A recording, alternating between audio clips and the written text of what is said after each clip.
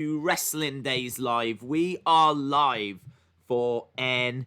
It is NXT today, and of course, it is unopposed.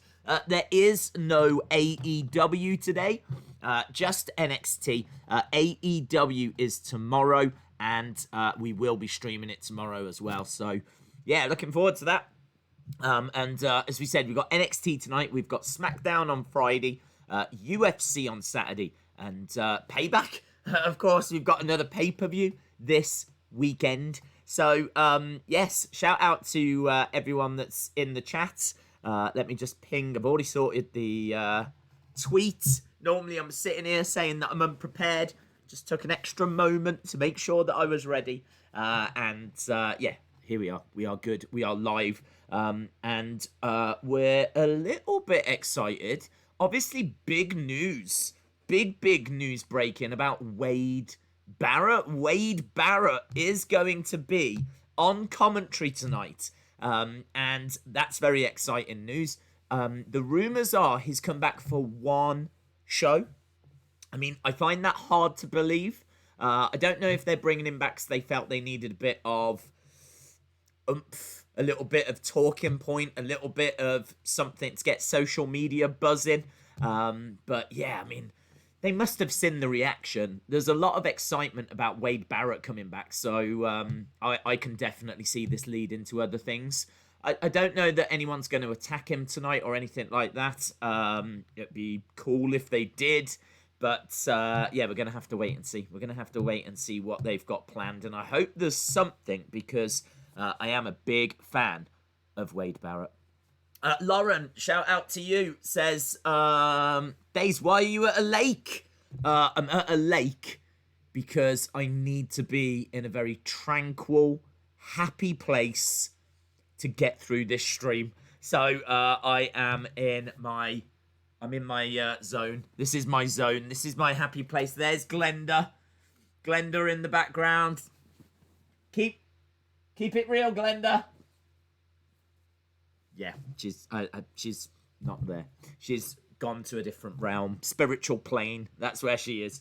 Yes, this is my happy space. And look at this. We talk about happy space and boom, like that, the chat appears. So now the chat has arrived. Everything, it's like yin and yang. It is all falling into place. What a time to be alive. Days, I thought your breaking news was regarding the NBA playoffs. I mean, I have heard about that, but we know that Wade Barrett I kind of felt was a bit more relevant to the show that we're watching tonight. But obviously, I suppose bigger story would be the NBA playoffs being postponed. I got to tell you, I haven't heard anything about like what had happened. I didn't know what the protesters were protesting for. I thought it was still like from Black Lives Matter. I didn't realise there'd been another incident, another shooting at the weekend. So yeah, I kind of trying to be in catch up with all of that. I saw the footage. Obviously, we're not going to focus on this too long, but I saw the footage of the guy that was shooting at the protesters, and it is it's one of the most shocking things I've seen. I can't believe it. So, yeah, well, and clearly the world can't believe it. And, all credit to the NBA for, taking a stand. So, yeah, that is big news. That is big news. Lauren, shout out to you. Predictions for Payback. I can't do them yet because I don't know the matches. I mean, I could do predictions for 4 matches. I've not seen any more announced. But my hope is that we'll have the full card by SmackDown. So as soon as we have the full card, as soon as I've got... I mean, I was thinking of holding off on my SummerSlam ones because there was only 8 matches announced. And on the members-only stuff, we do a game. And I even said to them, I'm going to wait and just see if there's more matches announced. And in the end, we only had 8 matches. So I'm going to wait to see, once we get to like 7, 8 matches, then I'll do predictions. But yeah, right now, I 4 matches, it seems a bit pointless. Do you know what I mean? Shout out to you, Harry. Hope you are well. because protesters are burning and looting businesses. Well, I'm definitely not going to be getting into all of that because, as I said, all I've seen is the footage, and it's. I mean, there's no denying it's shocking footage. Anyone being shot in on a US street, it should be shocking. And by someone that I think turned out to be 17. So, as I said, I'm not going to get into it. I don't know where who was in the right and who was in the wrong. All I know is that the footage that I saw was horrific. And I believe, sadly, a couple of people have been killed. And I saw the wound of the one guy's arm. I think that image is all over social media. So I don't know who's right. I don't know who's wrong. But all I know is that things are broken and need to get sorted. So just awful. Just awful. Liam says, Dace, how are you doing? I'm good. I would really love a 24 episode on Brock, but I don't think we will ever get it as Brock doesn't like people knowing his business. Yeah, you're right. You probably wouldn't get 24. I mean, he ain't going to show you around the farm and here's Sable, right? Here's Sable in the stable. You're not going to get that. But they did do a Ruthless Aggression episode about Brock that looked at him in 2002. And that had some behind-the-scenes footage that was very revealing and very interesting. So kind of showing him like backstage, really feeling it, really feeling like the grind. And you could see that he was not he wasn't where I am. He wasn't in his happy place. So, yeah, I mean, if you've not seen that, then check it out. I turn 18 this Saturday. Well, happy birthday to you for Saturday, Anonymous J. Monica says the world is changing and not in a good way. Abdu Ayman, shout out to you, says, if I have a sign on the Thunderdome that says Morrison deserves better, will I be kicked out? Likely, yeah. I would say likely. They're not looking for people to be making statements. The Thunderdome really is for reaction. You know, it's there for people to cheer and add to the show. It's for fans to be a part of the show, but quite literally a part of the show. Add the cheering, the booing, the thumbs up, the thumbs down. I don't think they're looking for people with signs, because you're not necessarily adding to the show. Then they can't really stop people in person, but when you're just on a screen, they can easily just bump you off, can't they? So you can do it, but I would expect to get kicked, yeah. Apparently what they're doing as well is, I don't know if you heard this, but because of, all the awful things that have been put on the screens as well, literally mankind is just falling apart around us, but because of the awful stuff that's been put on the screen, they are now building up a trusted personnel list. So for people that have applied and have not been an issue, they will be welcomed back. But anyone obviously that was an issue or, didn't cheer and stuff like that, then they don't get welcomed back. And they're trying to build up like this trusted personnel list. And it's really interesting. I mean, I kind of feel like it is the way they should go, in all fairness. So it's good to see they're doing something.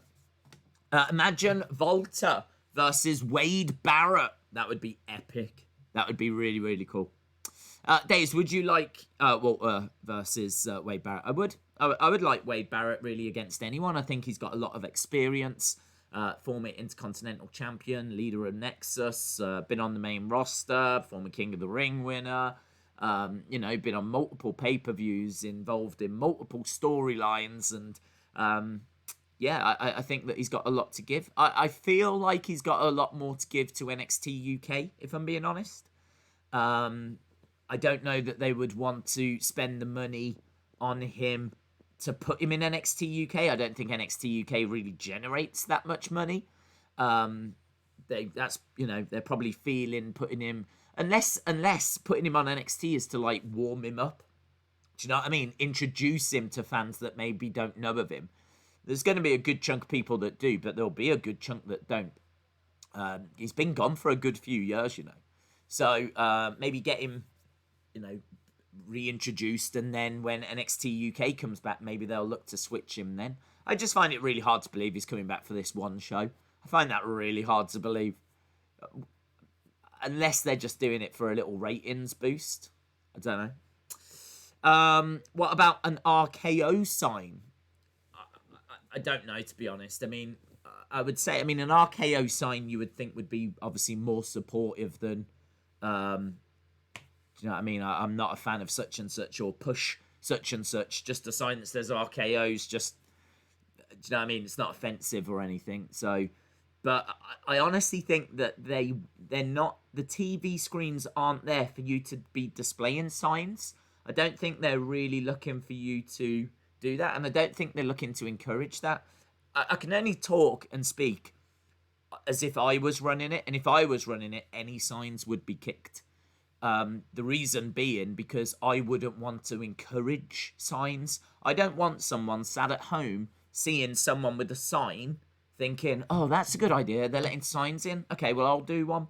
And then all of a sudden, it starts off innocent with RKO or I Love Asuka or whatever it might be.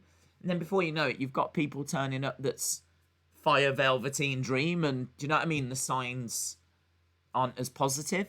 So I think you just nip it in the bud. Just make it very clean, very clear.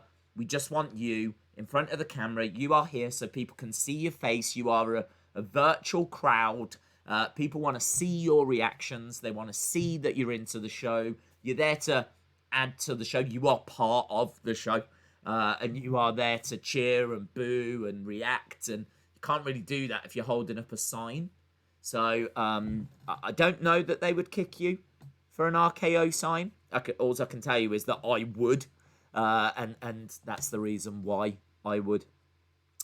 A pretty good AEW Dark last night, says David Paul. NXT is basically TNA, but in WWE, says Dana Young. Shout out to you. They're now doing face scans. Oh, I haven't heard this. If your face isn't on the shortlist for an amount of time... Oh, if your face isn't in the shot for an amount of time, then they will cut you. Ah, I didn't even know that. Oh, well, there you go. There you go. I mean, wow, that's crazy technology, isn't it? That's crazy technology.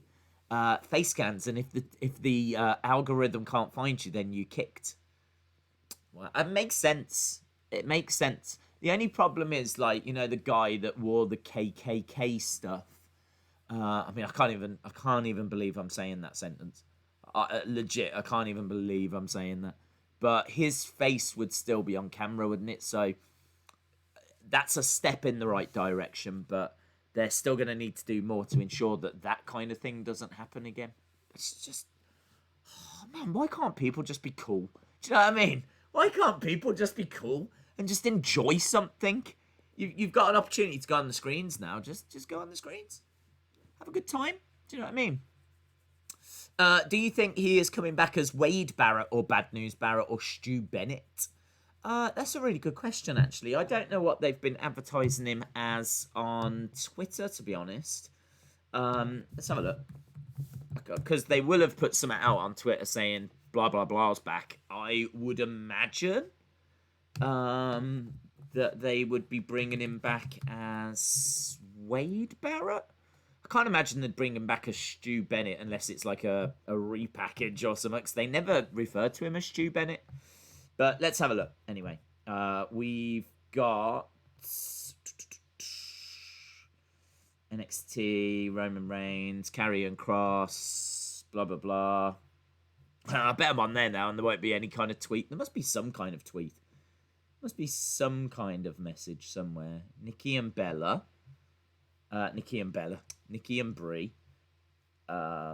Tag title matches tonight, of course. And no, I can't find any. There's no announcement on WWE's official Twitter.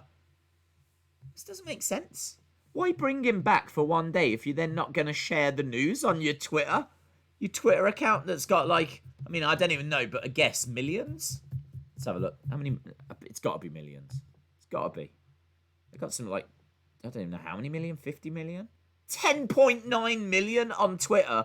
And they got over 50 million on YouTube. And I can't see I can't see the news that he's back. What's the point in bringing him back? Oh, come on, WWE. Let's go to NXT. Let's have a look at NXT. I think NXT's got an official account, but you shouldn't have to go to these lengths to find this news. Why is this so difficult? I can't find anything. WWE NXT. They've got 1.4 million. Do you know, it doesn't say. It just says, I'm afraid we've got some good news. Look who's joining Vic Joseph. It does say hashtag Wade Barrett. So I think they're going by the name Wade Barrett. Hashtag Wade Barrett. So there we go. But that tweet isn't on the official WWE, or not that I could see. You have to go to the smaller NXT account for that. So come on, stupid social media team. I'd say that that's the biggest draw of tonight. Maybe I'm wrong, but it's certainly the thing I'm looking forward to the most. So, do you know what I mean? How are you going to advertise NXT tonight? I feel like Wade Barrett coming back is huge. And what with Retribution and everyone saying the links to Nexus and all of that, Wade Barrett coming back. Do you know what I mean? He could be revealed as the leader of Retribution. Retribution made up of angry NXT talent that feel they've been overlooked. They want Retribution. It could lead to something very exciting. So why, I don't know, why have they not done that? Unless I've missed it. Oh well. They've got 64.9. Wow. I think they have got something like the second biggest YouTube channel. Not by subscribers, but just by monthly viewers. I think it's like T-Series and then it's them. I remember Steph, it was a while ago now, but she said they were the second biggest behind some, I think she said at the time, some Bollywood channel, and that's got to be T-Series, hasn't it? So, is Wade really coming back? Yes, he's on commentary tonight. They've actually shown him sitting down at the announce table. What is the card?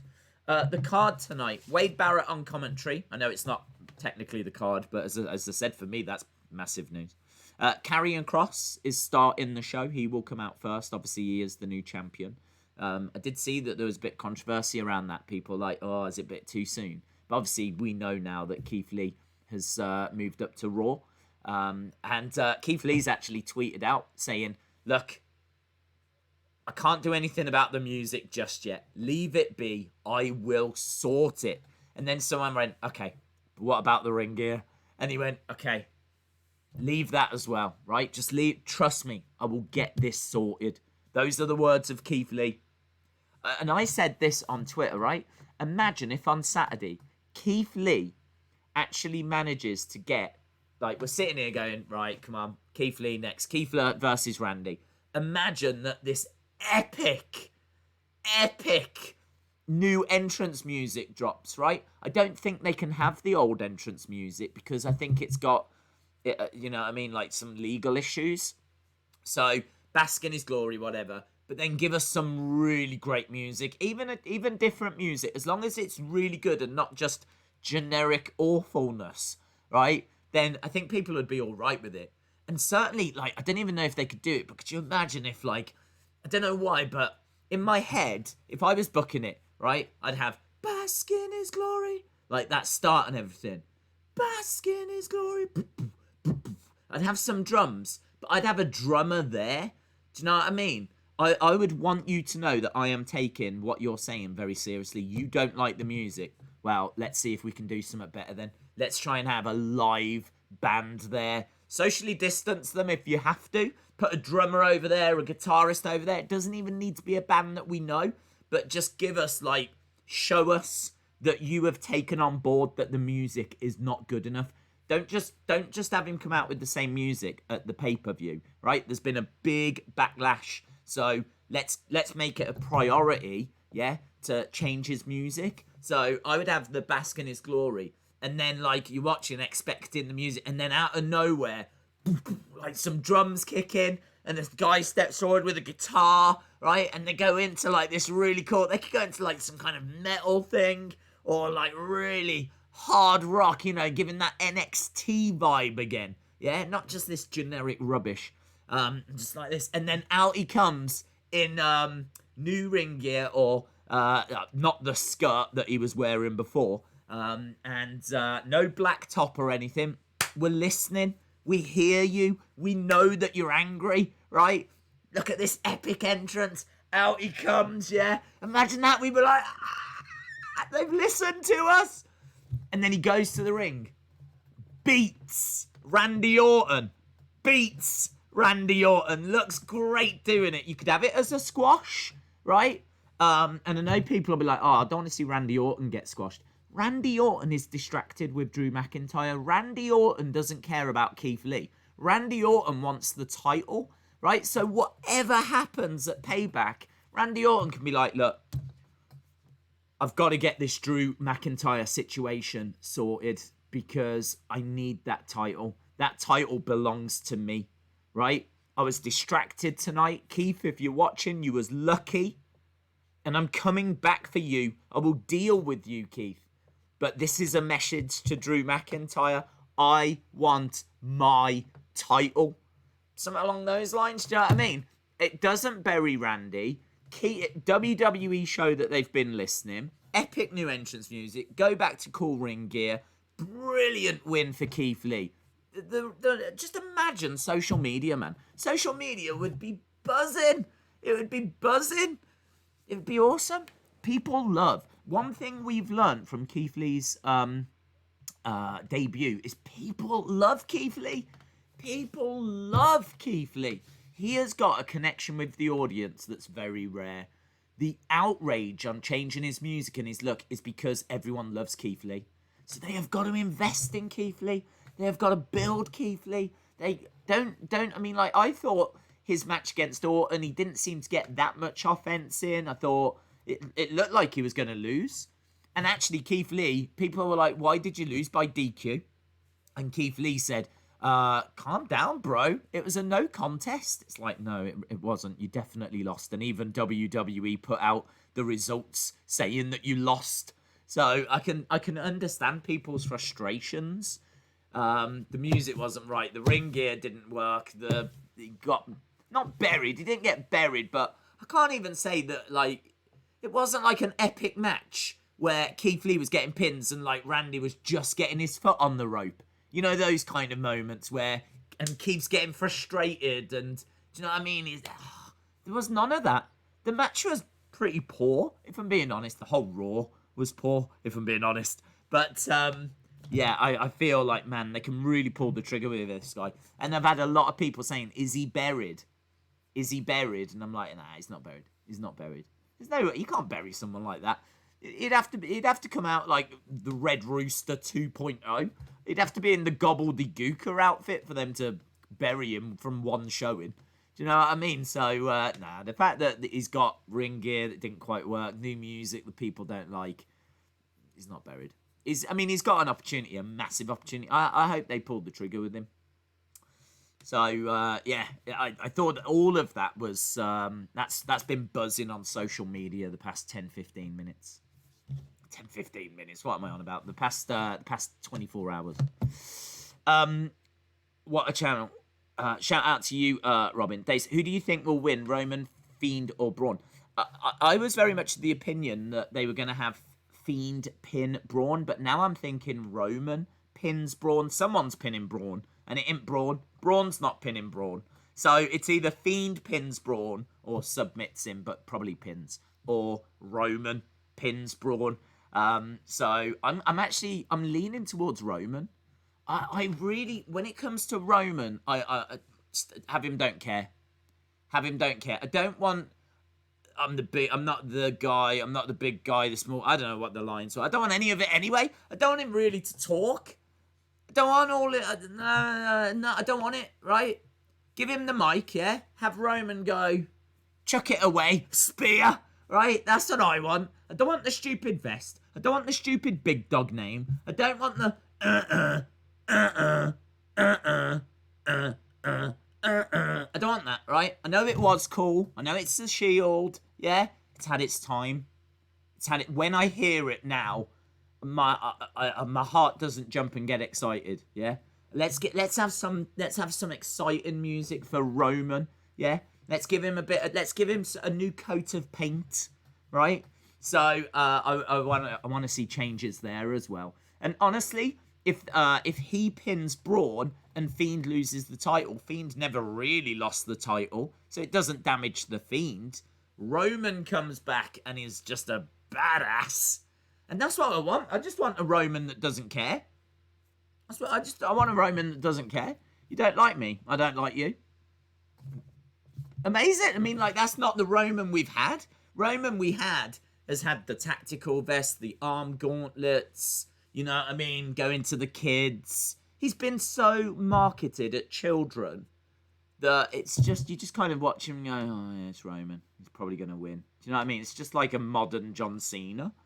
Going into, like, multiple WrestleMania main events aimed at kids. And,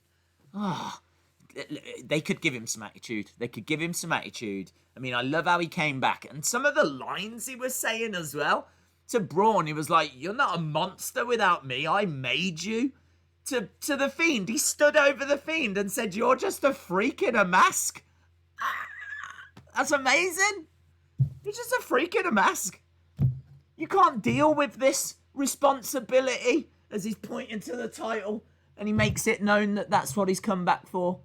I tell you, I am on board the Roman train right now. I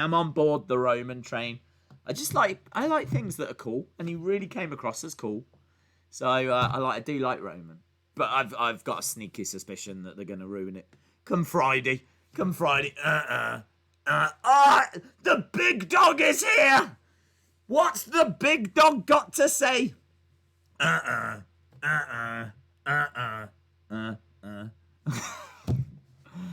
then he'll cut a promo. It's probably going to be scripted.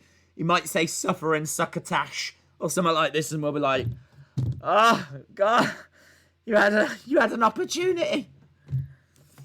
Fetch the dirt. Oh yeah, the dirt. Oh, it's upstairs, dude. It's upstairs. Days, imagine if Reigns had a submission called the Empire's Clutch. Team Roman, here we go, says Shay. Days, what if Wade Barrett is the leader of Retribution? Yeah, we did theorize on that. We were saying, like, that would be really cool. Like, leading an uprising. Do you know what I mean? Like, people that feel overlooked in NXT. That would be interesting. Anyway, I was talking about tonight's lineup, so let's just quickly blast through that.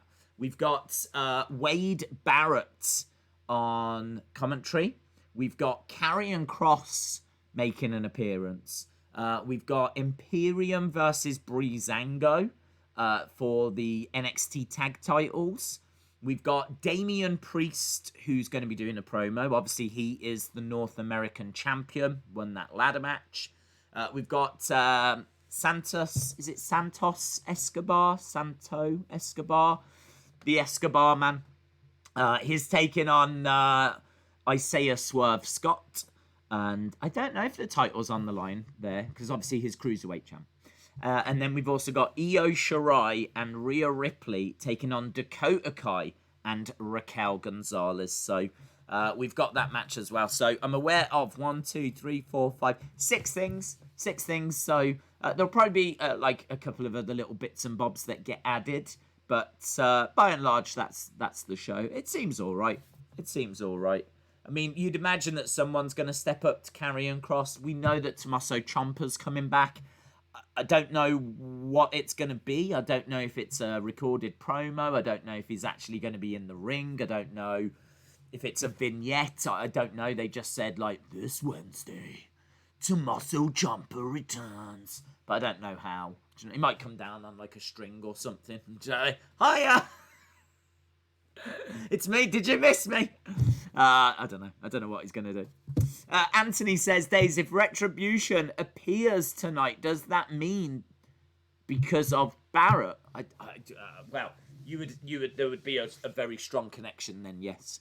I'm not going to say absolutely it is, but yeah, you would think there'd be a very, very strong connection because they've never been on NXT. So first time that he shows up, they invade. You would think there'd have to be a connection. Well, how did I wonder if the Miz connects to how does the Miz connect to Wade Barrett? I'm trying to think if there's a connection there. Could the Miz be involved with Wade Barrett in some way? Because they've certainly teased the Miz is involved, haven't they, on SmackDown? Just wondering if the Miz somehow. I know obviously Daniel Bryan came through NXT, but he wasn't Nexus. And he went on to have a feud with the Miz. I don't know. Goldberg versus Roman, next year's WrestleMania, Goldberg's last match. I just don't care. I don't. If it's his last match, brilliant. Let's do it. Although I'd much prefer to see. Could you imagine Roman now doesn't care? Roman comes back, new music, goes to talk. Yeah, we're gonna hear from Roman. We're gonna hear from the big dog tonight. Yeah, where he's been and what his plans are. And Roman comes out. Some kid tries to give him the fist and everything. He just looks at the kid, walks past, says, "Give me the mic," gets the mic. All goes quiet. Yeah, they haven't got the fake blooming noises in the background. Get rid of them. And he stands there. Throws it away. Throws it away. He's got no words. He doesn't owe you any explanations. It'd be so good. It'd be so good. And then you can slowly turn him heel. And then at the start of 2021, have The Rock come in, trying to talk some sense to Roman. Like, The Rock can come in and be like, I don't know what's happened to Roman since he's come back, but we're gonna fix it tonight. We're gonna fix it tonight. Yeah, blood is thicker than water, and so Rock could come in and try and talk some sense to Roman. Just like, dude, come on, man. WWE Universe love you. And he could be like, they've never loved me. What are you on about? You was in the ring with me at the Royal Rumble. If you can't remember, can we play the clip and put it on screen? Show The Rock with Roman in the ring at the Rumble when everyone's booing. Do you remember that? And have Roman attack The Rock. Boom. We're at the races. Roman versus Rock, WrestleMania 37. Thank you. Thank you. Beautiful. In Hollywood as well. Oh, perfect. So they've got such opportunities at the moment, but I have zero confidence they'll take any of them. Asuka says, no AEW. No, it's tomorrow. It's on tomorrow. It's been moved. Blood never spoils, says Johnny Bates. Alex says, Days, have you wondered why Retribution doesn't attack NXT? Yeah, we have thrown it around. I think, to be honest, if I'm being honest, I think they're a main roster faction. I don't think that they're going to have anything to do with NXT. So I don't think that... I think that's the reason. It could be that they're made of NXT stars, and that's why they're not attacking NXT. So there certainly could be a clue there. But equally, it could just be that they're focused on Vince. Vince doesn't really run NXT. Could be that they want retribution against WWE. They want retribution against Vince. They want retribution against the main roster. And I'm not sure if NXT's really counted as the main roster. I mean, it's in that kind of grey area, isn't it? Do you know what I mean? Where they use it to bring up new talent, like Ridge Holland and, Bronson Reed, people like that. Like Jesse that we saw the other week. So they use it to kind of bring in new talent, but equally they've got like Finn Balor, and Tommaso Ciampa doesn't tend to be leaving, and Undisputed Era hasn't left.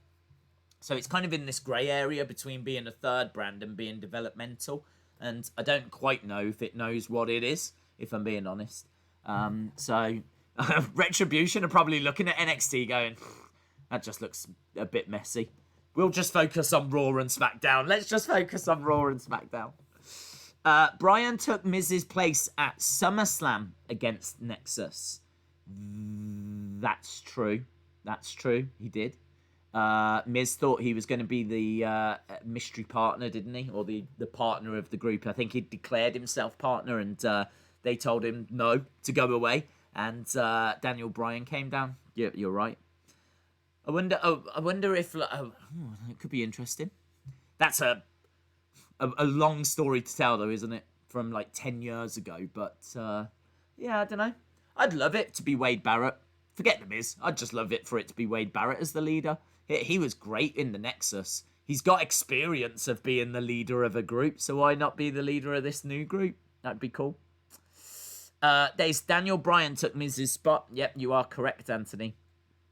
DJ B Tazzy, NXT. Sorry, it's the first time in a month I get to watch NXT live. Oh, shout out to you, DJ. DJ B Tazzy with his excellent YouTube channel. Check it out if you haven't already. Rockstar Anch says, Days, do you think WWE should get rid of the brand split? I'm kind of split on it. Sometimes I think yes, and sometimes I think no. Right now, I think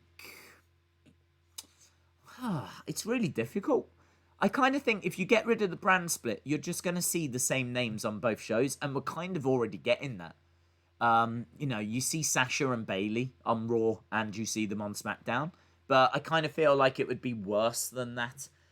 This was meant to give that talent underneath an opportunity to shine, but the thing is, they just don't seem to want to build new stars. Who have they built? Like, honestly, who have they built? Who is a bigger star now than this time last year? Drew? Angel Garza? I'd say Andrade is about the same. Maybe Matt Riddle, but only because he got called up. Like, honestly, I mean, you look at the likes of Shorty G, you look at maybe Apollo, but you'd have to say not enough for what you would expect. Do you know what I mean? Like, they haven't done a very good job of building stars, and certainly building big names at the top of the card. They're doing all right with Drew. I'll give him credit there. I mean, the pandemic has not been ideal, but they're doing all right with Drew. He needs more big wins over big names, but the problem is they've got a real shortage of big names. But they need the draft. You know, Drew should be beating the likes of Daniel Bryan, really, and AJ Styles and people like that. You know, he needs to beat the big names. So, yeah, we'll have to see how it's going to play out. But, yeah, I'm kind of torn. Let me know in the chat, would you end the brand split? My concern would be that you just see a lot of the big names on both shows. The lower down talent doesn't get opportunity. But, as I've just said, I don't think that lower down talent is getting a great deal of opportunity anyway. Ask Shorty G. Ask Mustafa Ali. Ask Ricochet. Ask Cedric Alexander. Ask Dana Brooke. I mean, like, honestly, the list can go on and on and on. Ask Naomi what opportunities she's got this past 12 months.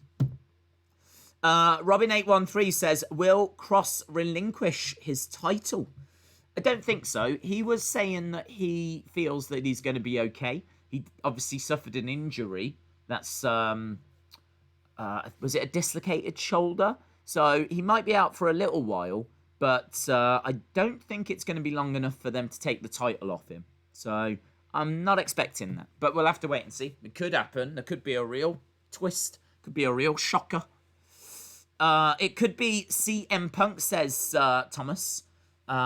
He was the second leader of Nexus. That would be cool. That would be cool.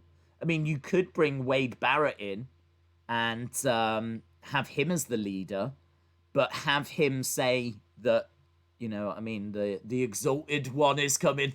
The Exalted 2. Not the Exalted 1, the Exalted 2. They could be the Exalted 2. It could be CM Punk and Wade Barrett have joined forces as the Exalted 2. There we go. There you go, NXT. You can have that for free. AEW. On this day in 91, WWE had SummerSlam. The show would be the last WWF TV appearance for Andre the Giant and would have the wedding of Randy Savage and Miss Elizabeth. Shout out to you, Z2CU. Austin says, the brand split would be fine if they actually kept it and didn't switch stars around. Now, that's a good point. You could keep the brand split, but tweak it. But honestly, again, you've got to look at like where the ratings are. And I think we're at the point now where they're doing Do you know what I mean? The ratings have been so bad that they've had to rent the Amway, bring in all these TV screens, like do the Thunderdome. They've had to use Bailey, Sasha, Asuka across 2 different brands. They've, do you know what I mean? Had to do Retribution. We had the hacker thing for a while. They're saying that they don't know who's in Retribution. Ringside News, and, you know, they get some stuff right, they get some stuff wrong, but Ringside News are saying that they have been told that WWE are winging it. WWE are winging it. They don't know who's in Retribution.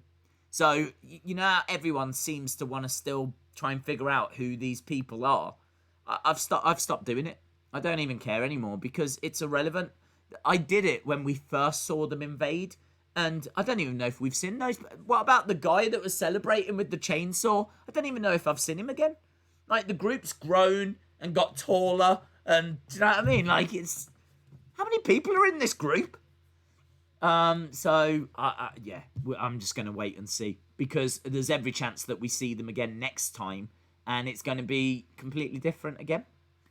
So, I don't even know if these are the key members or what, because the latest news is they're winging it. So, and I've seen people, well, even me, I feel like they should know at least one person, like the leader. If it's Wade Barrett, they should know at least that. But then you do look at the hacker storyline and you go, man, that was such a big storyline. It was all over social media. Everyone was buzzing. And then it just stopped. And you're just like, that could happen with this. Honestly, I kind of feel like this is happening to get people talking, theorising, Twitter buzzing. And if they haven't got any plans or they can't work anything out, then it'll just go away. It might just go away. They might just stop invading. They might get bored. I don't know. It's so weird, man. They're just throwing so much at the wall and just hoping some it sticks and some it works. A bit of a bummer that AEW moved to Thursday, but NBA postponed their games tonight due to recent events. That's true. Yeah, I didn't think about that, actually. They could have gone live, but in all fairness, that would be shady, wouldn't it? Well, they couldn't even switch back, could they? I wonder what TNT are showing instead then. Because if they haven't got AEW and they were going to show the basketball, but now the basketball's been cancelled, what have they got on? WWE winging storylines. Never, says Dave in real life. William Hensey says, you can say WWE is fake or AEW UFC. A promotion can be scripted, but saying wrestling is fake implies wrestling as a combat fighting style. Wrestling itself is not fake. No. Yeah, you're right. I mean, if you want to really nitpick, pro wrestling is scripted would be the correct line. Wrestling is fake you're absolutely right, fundamentally flawed, because what do we watch at the Olympics? What has Kurt Angle got an Olympic gold medal in? He's got it in freestyle wrestling. What's the whole NCAA? It's all wrestling. And that is definitely not scripted, so or fake, as you say so. Is AEW moving to Thursday a permanent change? No. Days Fightful are reporting that Kross is going to be vacating the title. Okay. I'd seen a report a couple of days ago where he said that he felt that he was going to be fine to move on with it. That's going to suck, man. If he's got to now relinquish the belt. They're trying to build up a new star. They finally put the title on him, maybe a bit early. I'm not saying people were upset or whatever, but I think there was definitely some people out there questioning, was it the right time? Was it too soon? I think it makes sense now that we know that Keith Lee has gone to the main roster, but now they're going to have to take the title off him. That really sucks, doesn't it? That really sucks. TNT are playing an Adam Sandler movie. What? That is madness. Is that their go-to default? Right, guys, we've got no programming. Right, open the Adam Sandler cupboard. Adam Sandler cupboard, what should we go with? Ah! That is random. That is really random. I feel like Longest Yard's a good film, though, so I'll give them credit there. They could have gone Happy Gilmore. Yeah. Big Daddy, I think we would have been all right with. There's a few stinkers in there as well, let's make no mistake. But how weird. Do you think they've got an emergency Adam Sandler cupboard on standby? It's just there in the background. And they're just like, it's one of those, it's a piece of glass with one Adam Sandler film in it, and it's like, break here in case of emergency, and it's got that little hammer dangling below. Do you think like there was when NBA got cancelled, there was like a little Adam Sandler siren that went off at TNT, and they're like, ooh, ooh, ooh. Break the glass! Break the glass! We need the Sandler movie! Ah! Quick! Get it down! Get the DVD to the production studio! Oh, that is hilarious. Who reaches for an Adam Sandler film? I mean, like, ever? Ever? I can't imagine ever being in any frame of mind where it's like, do you know what? I'm going to subject myself to an Adam Sandler film now. Days, when you were mentioning names that WWE wouldn't put on the show if the brand split ended, Dolph Ziggler might appear, but no way anything would happen. It doesn't would happen. I mean, it doesn't now, unfortunately. What, like Dolph Ziggler not getting pushed? I think his time's been and gone, hasn't it? He was doing, he was in a really good place like 7 years ago. We rewatched Payback 2013 and we saw the match where, you know, he'd cashed in and it brought back such great memories. I remember being so high on Dolph Ziggler. I loved him, man. He had AJ Lee with him and I was always a fan of her. Big E was this new monster that had come from NXT. He looked cool. As a threesome, I thought they looked amazing. And Dolph cashing in the night after WrestleMania is still my favourite cash-in. And we saw the match where he has a rematch with Alberto Del Rio at Payback. And the crowd, man, going crazy for Ziggler. And it's just kind of been a very steady decline. I remember 2014 was quite good for him. Because in 2014, that's when Sting arrived at Survivor Series. And that's where Dolph Ziggler was the last man. It was Team Cena versus Team Authority. And it was like this big storyline. I think if Team Cena won, Team Authority had to leave WWE. Like, there'd be no more Triple H and Steph and all that kind of stuff. And so it had a big stipulation. And it got down to, like, Dolph Ziggler. And they were doing everything they could. Like, Triple H was tripping Dolph Ziggler when the ref wasn't looking. He pulls the ref out the ring. A crooked ref that comes running down as a replacement. Like, everything is stacked against Dolph Ziggler. But, you know, he survives and he hangs on. That was a great moment for Ziggler. That is one of my all-time favourite moments in WWE history, where it looks like they're finally going to beat him. They've done everything they can to Dolph. He's hung on for so long, but he's not only having to fight Seth in the match, but he's got Triple H on the outside, the crooked referee. They're finally on the verge of beating him. 1, 2, lights go out. Lights go out. And then, the Titantron. The Titantron's black. And then this light swings on the Titantron. And you just see Sting's face as the light swings. And then the music hits. And out he steps.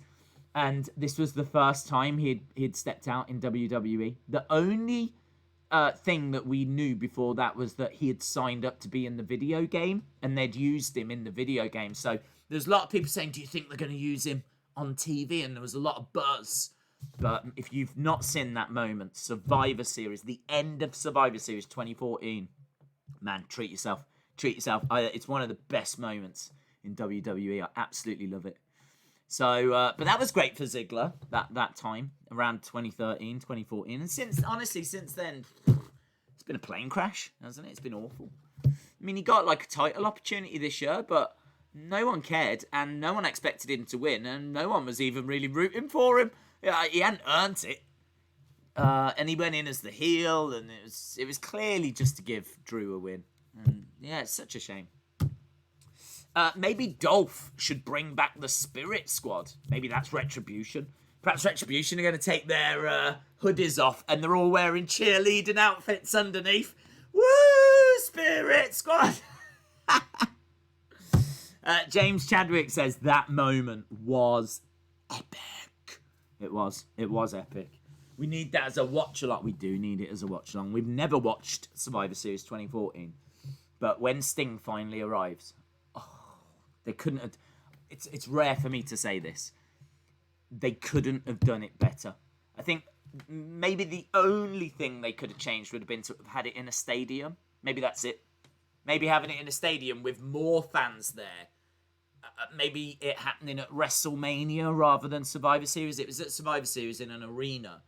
Had it been in WrestleMania in a stadium, maybe that would have been a little bit more epic. But that wouldn't really have worked because it was a Survivor Series match. So it kind of had to be at Survivor Series. So in order to tell that story, it had to be at Survivor Series. So maybe you would have to have put Survivor Series in a stadium. I don't know. But that's what we're talking about. There's no other way of making that moment more epic. It was as close to perfect as you can get. It was beautiful. It was beautiful. It was wrestling at its best. Right, well, we've only got 7 minutes. SmackDown premiered its first episode. Very cool. There we go. Z2CU with the facts. DX versus Spirit Squad is also a classic match from 2006, says Hayden. Chalmers says, you can't Ziggler versus Miz rivalry during a brand split. You can't do a Ziggler versus Miz rivalry during brand split. You can't do a Ziggler versus Miz. No, well, I mean, there'll be a draft soon, and we don't know where people are moving. So we're just kind of clinging on and waiting for that, aren't we? JS17.2 says, the only reason why they stopped pushing Ziggler is because he got injured, and it's the same with Balor. And I wonder how many world titles they would have had now if they hadn't have got injured. Fair point. I mean, I don't know. I kind of feel like Balor should still, even if they just used him sparingly. I mean, I always feel like you don't need the same stars every week. They over-rely. I mean, like, how much Bayley and Asuka and everyone have we seen during the pandemic? I mean, they have literally carried the shows. They've been on every show for Raw and SmackDown, at least in one segment.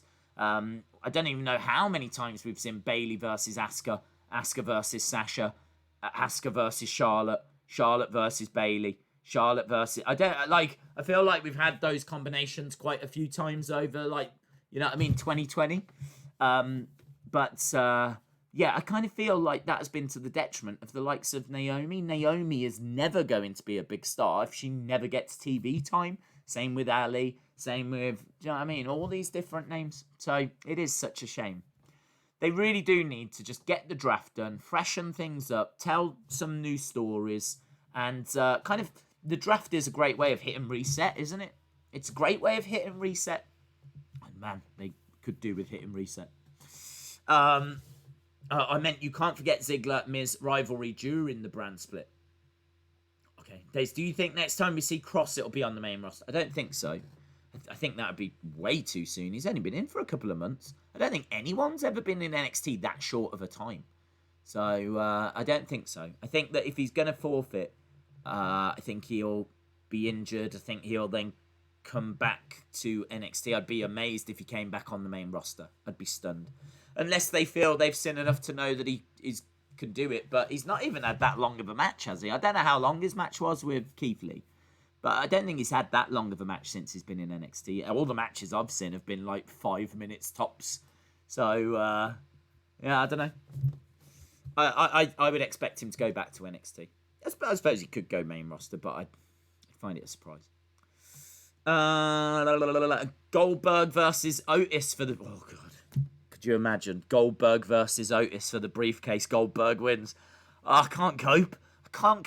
We're sitting here talking about new stars and people that deserve opportunities and people that are getting overlooked. And you know, the people that are being overlooked, they're such great talent. I can remember watching Prince Puma in Lucha Underground thinking, man, if only they could get him. If only they could get, he'd be such a big star. And they got him. And he's not a big star. And I don't know what's going on. And I don't know why he's not a big star.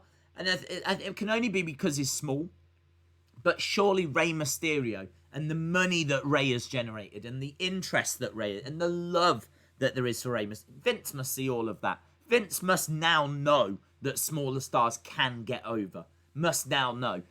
Do you know, right, this blows my mind. I might blow your mind with something that I'm about to say, right? But a lot of people don't watch UFC, right? Did you know there is, I think, something like 8 divisions in UFC, okay? So you've got flyweight, bantamweight, lightweight, light heavyweight, heavyweight, middleweight, yeah? You've got all these different weight divisions, okay, in UFC. UFC, people love, yeah? It does crazy pay-per-view buys. Kind of numbers that WWE would kill for, right? Did you know there's only one weight division that is over 205 pounds? There's only one, and I think that's heavyweight. And I think light heavyweight might be 205. So there's only one that's actually over it. So, like, it's in WWE, 205 Live is kind of like the smaller guy, cruiserweight kind of high-flying show. And everyone there is seen as small.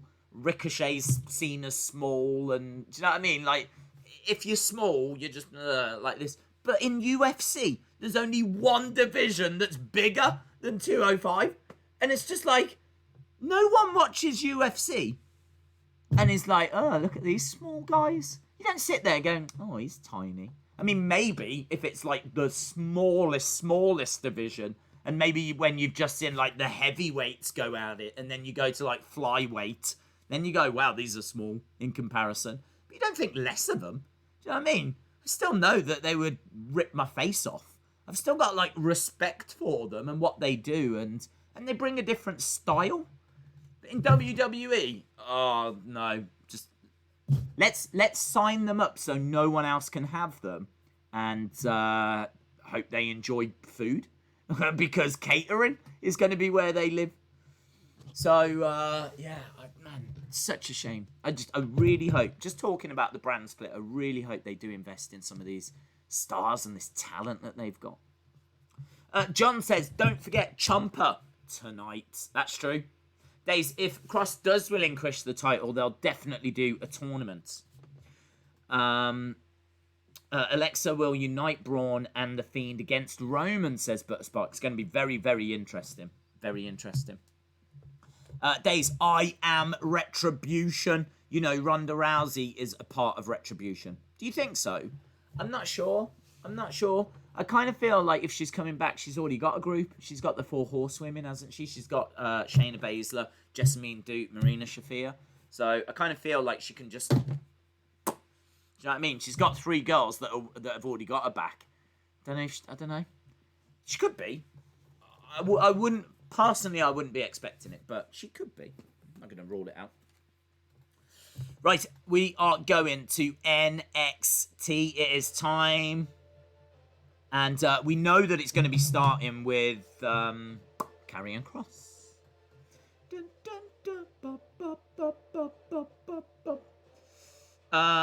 That's not true, Harry. It's Longest Yard tonight. They're showing NXT tomorrow.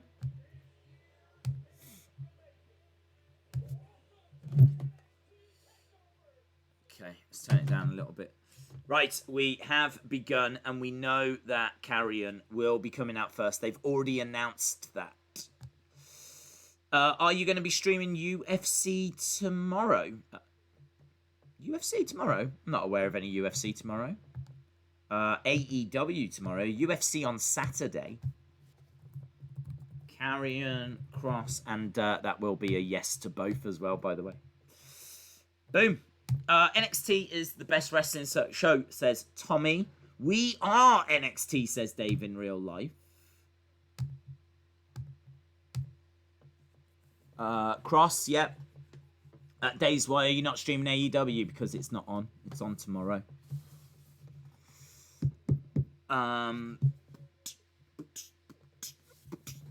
Days, could Roman really be the leader of Retribution?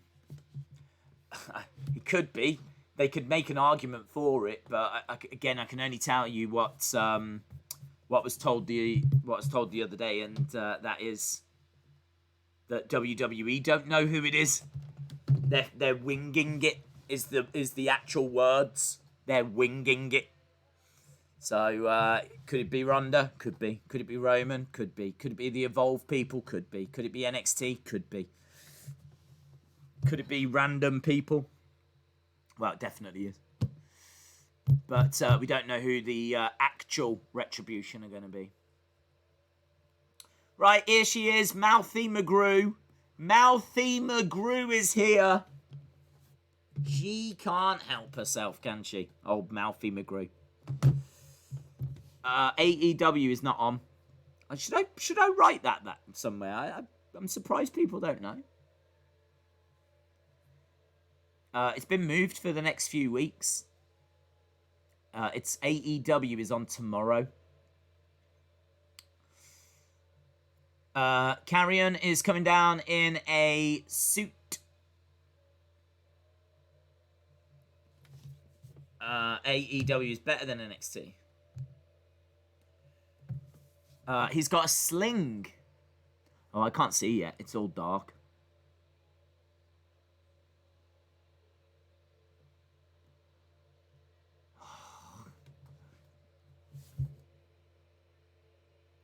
It's so obvious that she's mouthing, and I don't understand. He has got a sling.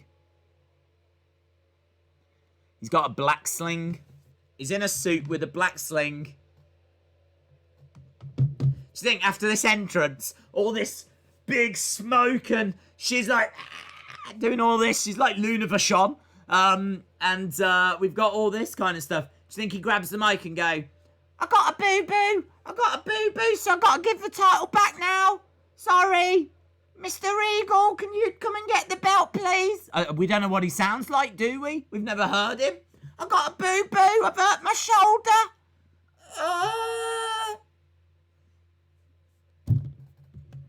Mr. Regal, I'm in pain.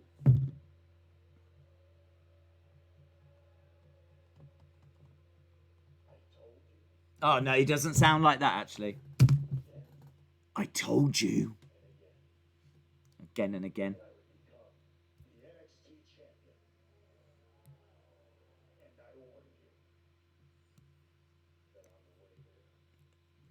And on the way there, everyone would suffer. He's a great champion, actually. I mean, he looks the part. She looks great. The entrance is great, apart from her mouth in it. But he is definitely the person that you want as the leader. You know, he's big, he's strong, he's tall. He looks great. She looks great. It's a great package, great entrance, apart from her mouthing.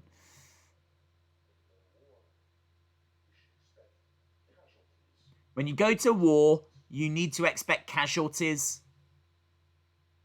And there, look. I got a boo-boo. I got a bad arm. He's in pain, searing pain. It brings him life. He's a realist. That's good. So what is the reality, KK?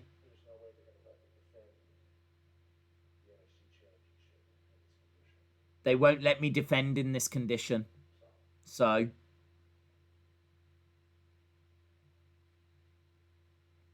What, he's going to give it back?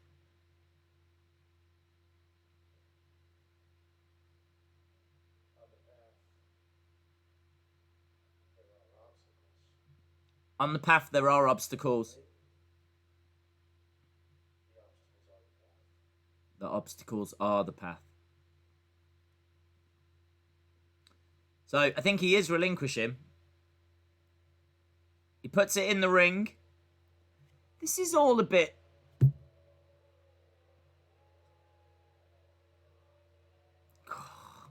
He's put it down. They've got a new timepiece as well.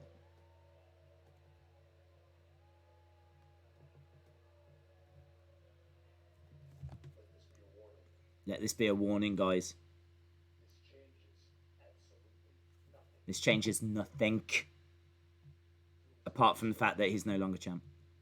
Because no matter where the time is told, in the end, everybody pays the toll.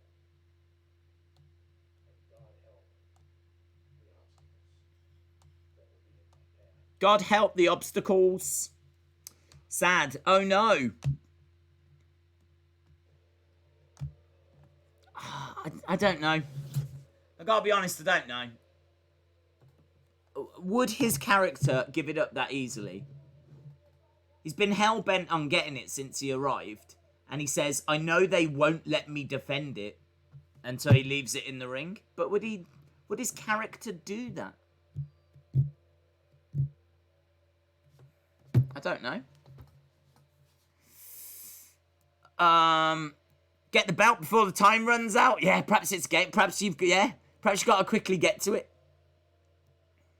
Well, the belt is in the ring and it's got the timepiece ticking away behind it. Well, it's definitely interesting. It's definitely going to provide a big storyline. That's cool. I've never seen her do that before.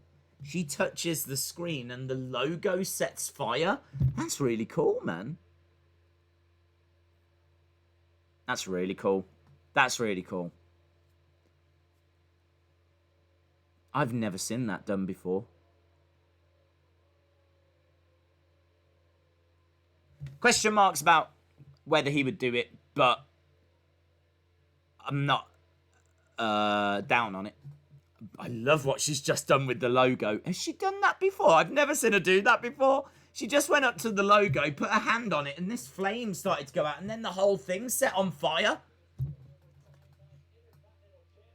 Wade Barrett.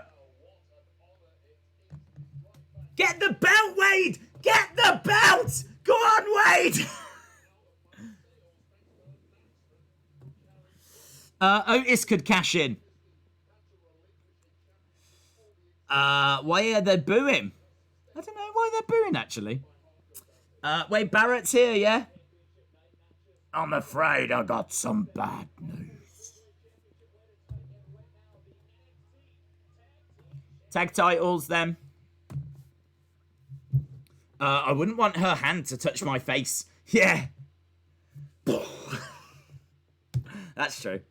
She's never done that before. Oh, it was great. That was really good. Breezango versus Imperium. Bad news comes when Wade Barrett shows up. I'm afraid I've got some bad news. Well, there we go. Karrion Kross relinquishing the title. So as of right now, there is no NXT champ. Perhaps Keith Lee can come back, get his belt back and his music at the same time. Wade Barrett brought the bad news to Karrion. Yeah, do you think he was the one that told him? Could you imagine? They missed a trick. They missed a trick. They should have had Karrion in the ring talking about how he's reached the mountaintop. And then Wade Barrett can be like, hang on there, big man. I'm afraid I've got some bad news. NXT have asked me to inform you that due to the results of your scan, you are going to have to relinquish the championship. Now, I'm just a messenger. It's my first day here, right? They could have done that, couldn't they?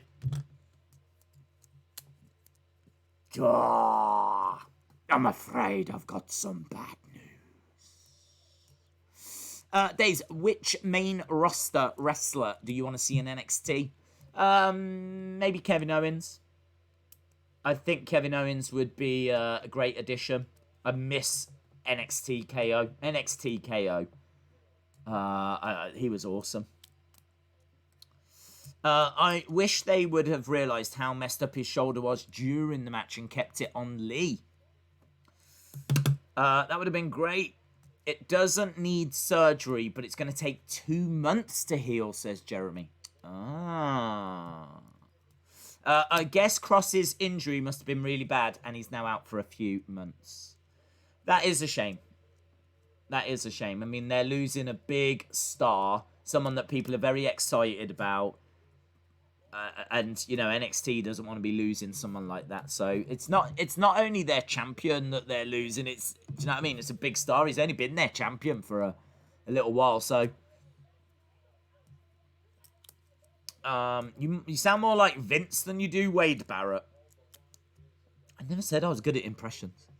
This is for the tag team championships then. So lots of championship news going on. We've just had the NXT championship vacated.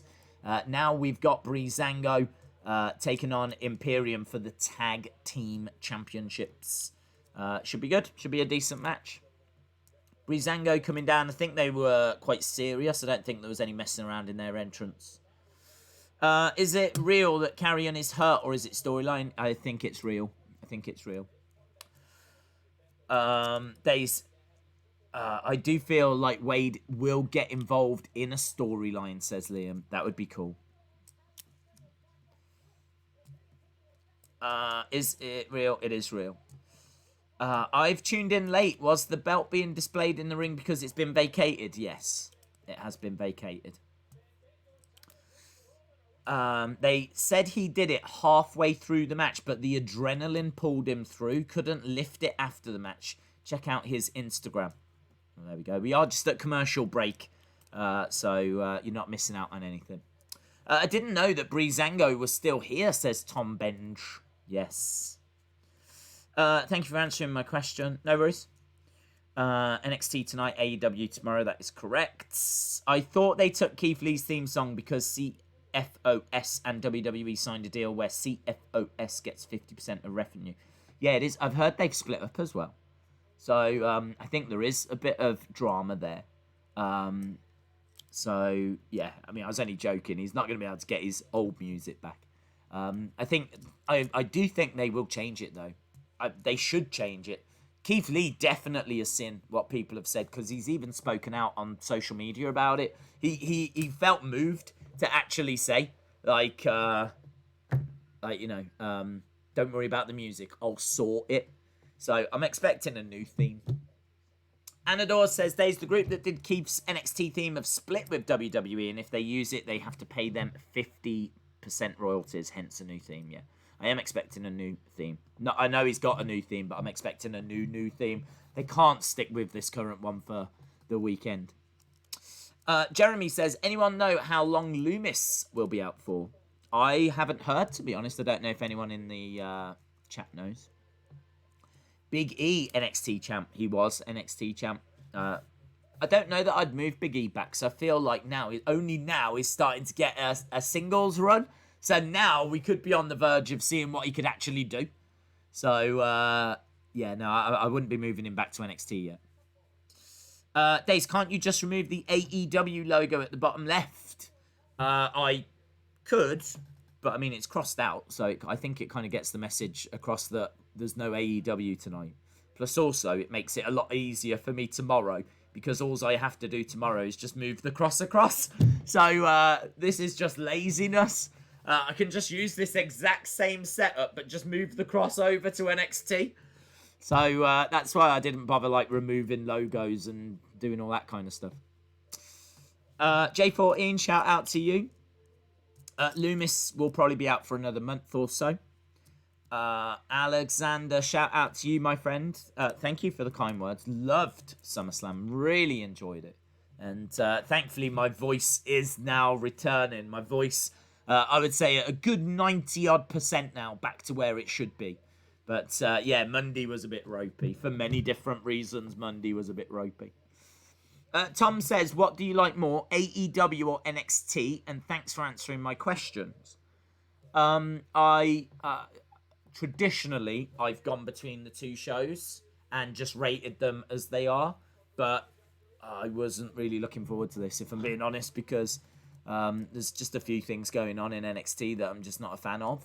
I mean, one of them being the fact that seemingly they're still not doing anything with Dream. Do you know what I mean? Haven't heard any more on that, although he's not on the show tonight. And I don't know when we see him next. Probably would be wise to keep him off for a little bit and do that investigation properly, because seemingly there's still some people that haven't been spoken to. that should be spoken to. So, yeah, you know, there's a few things going on. I actually think NXT is in one of the worst places I've ever known it. And part of that could be that they're suffering more than others due to the pandemic because they are just in a black void. So it's got little to no life in Full Sail. Full Sail doesn't work without a crowd. If ever a crowd was important to a show, it's NXT. The crowd is so important because it's such an intimate setting. It's not like a big arena, you know? Because it's such an intimate setting, taking the crowd away, you really notice they play such a big part in the crowd. The crowd at an arena becomes background noise, you know? Like, they'll chant something as one, or they'll boo or cheer as one. But with NXT, you can hear, like, people shouting stuff out, and it's more intimate, and you really miss the crowd with NXT. So it's kind of in a black void at the moment. There's a few things going on that I don't like. I think they're really struggling for star power, if I'm being honest. I think they've got some big stars that they're not doing brilliant stuff with. I mean, like Johnny Gargano, Finn Balor. I don't know. It's not as if they've got like a really exciting top of the card where there's loads of moving parts and loads of great matchups and loads of great storylines and things are like... I remember watching last week's NXT, giving it like a 6 something, maybe 6.25. I remember it being a largely flat show, and a lot of the reviews that came in said it was a largely flat show.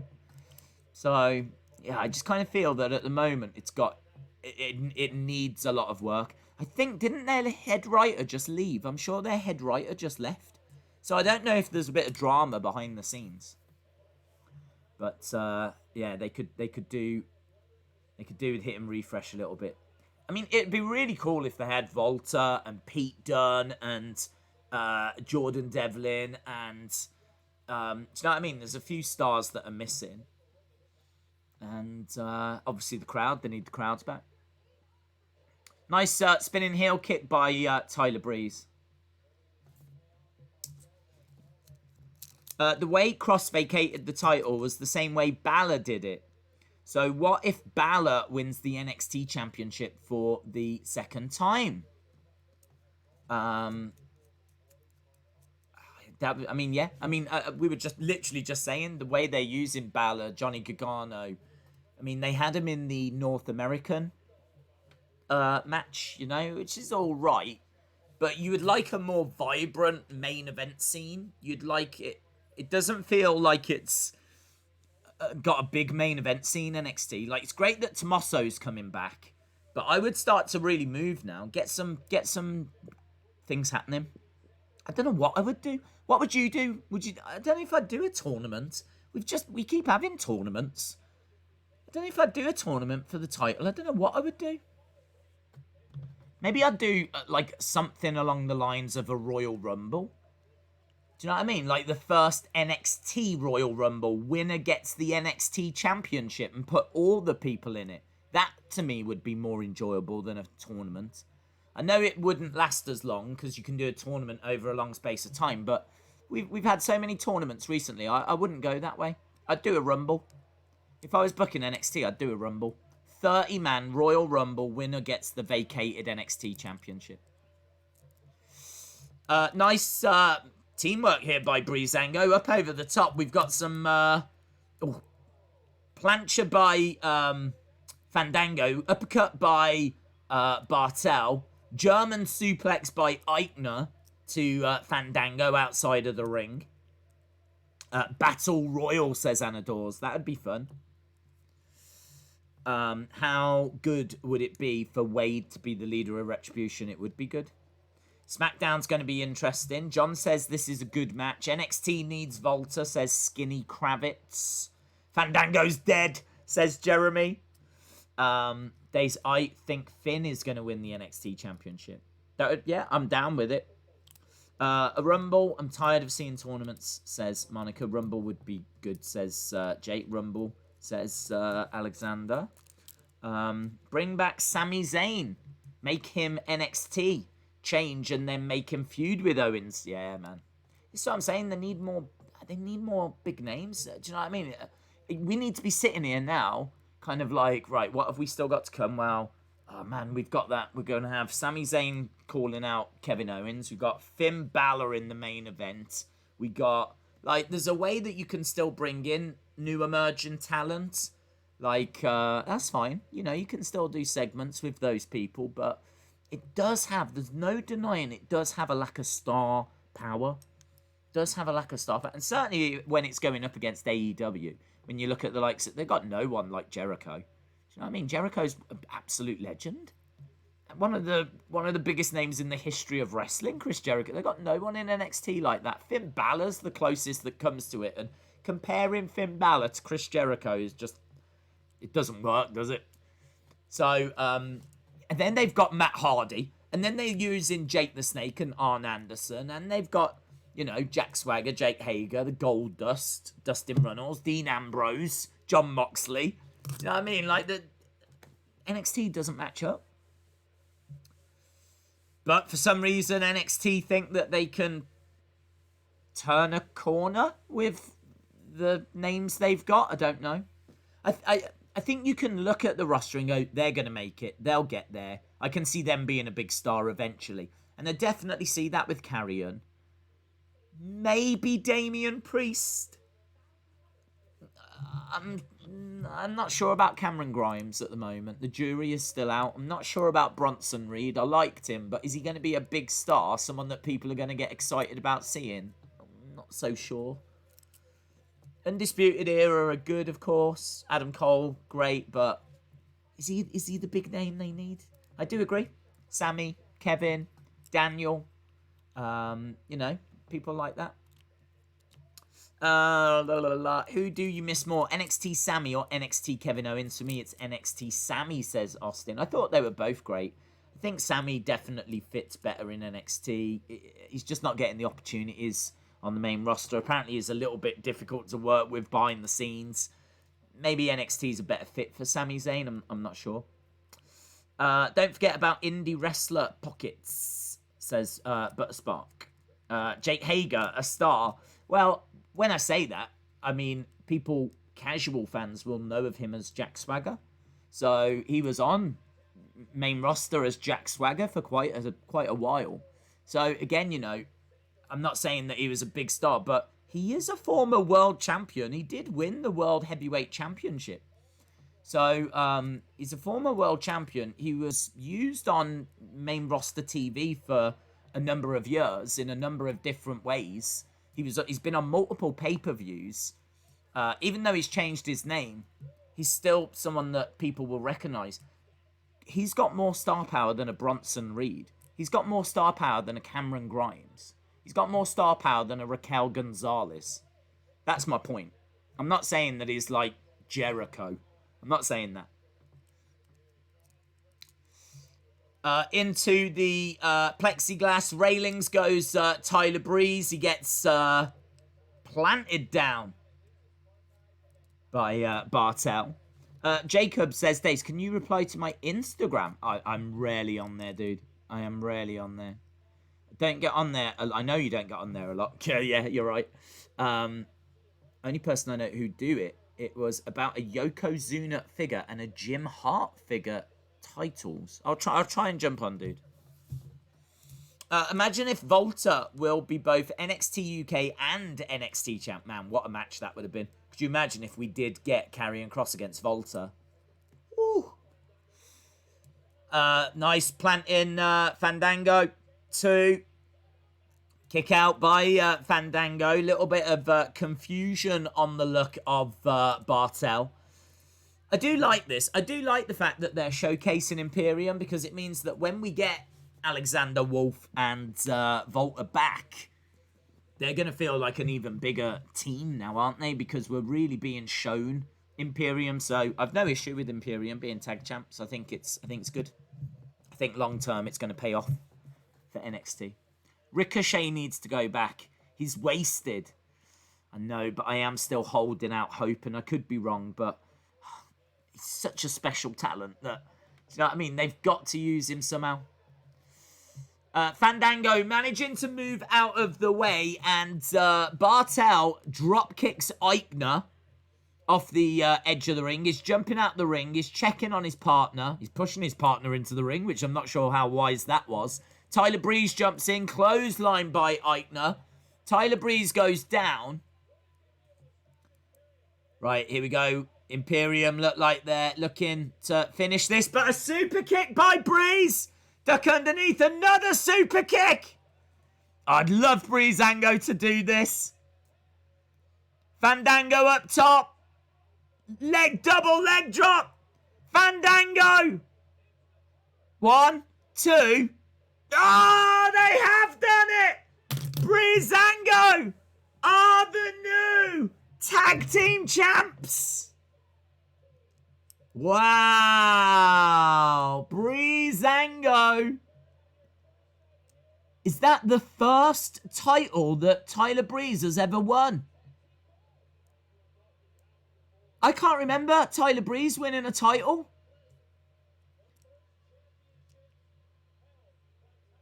Yeah, the first championship held by Tyler Breeze. Tyler Breeze has got a belt. Yeah!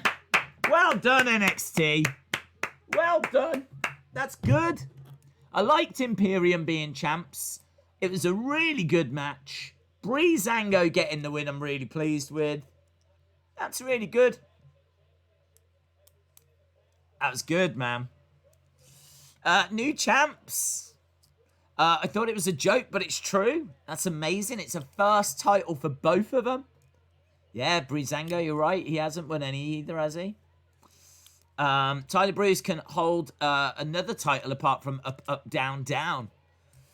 Tyler 2 belts then. That's what we've got. Keith Lee is going to debut new music and attire at Payback. I hope so, yeah, I hope so. Scenes, says LSW. And there they are, look.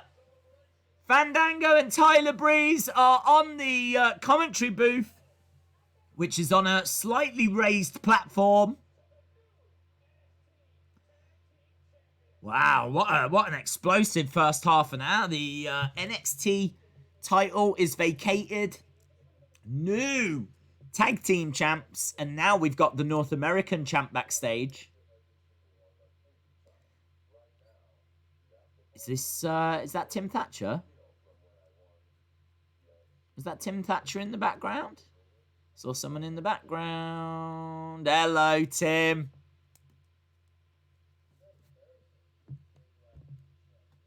It's embarrassing how you act as champion. I'm someone that would show that title some respect.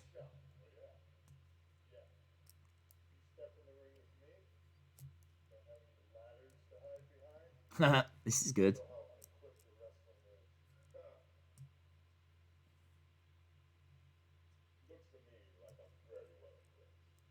Damian Priest says, looks to me like I'm very well equipped. Tim Thatcher saying you're not equipped. There we go. Look, we got Shawn. We got Triple H. We got William Regal. We got Matt Bloom. They're crunching the numbers.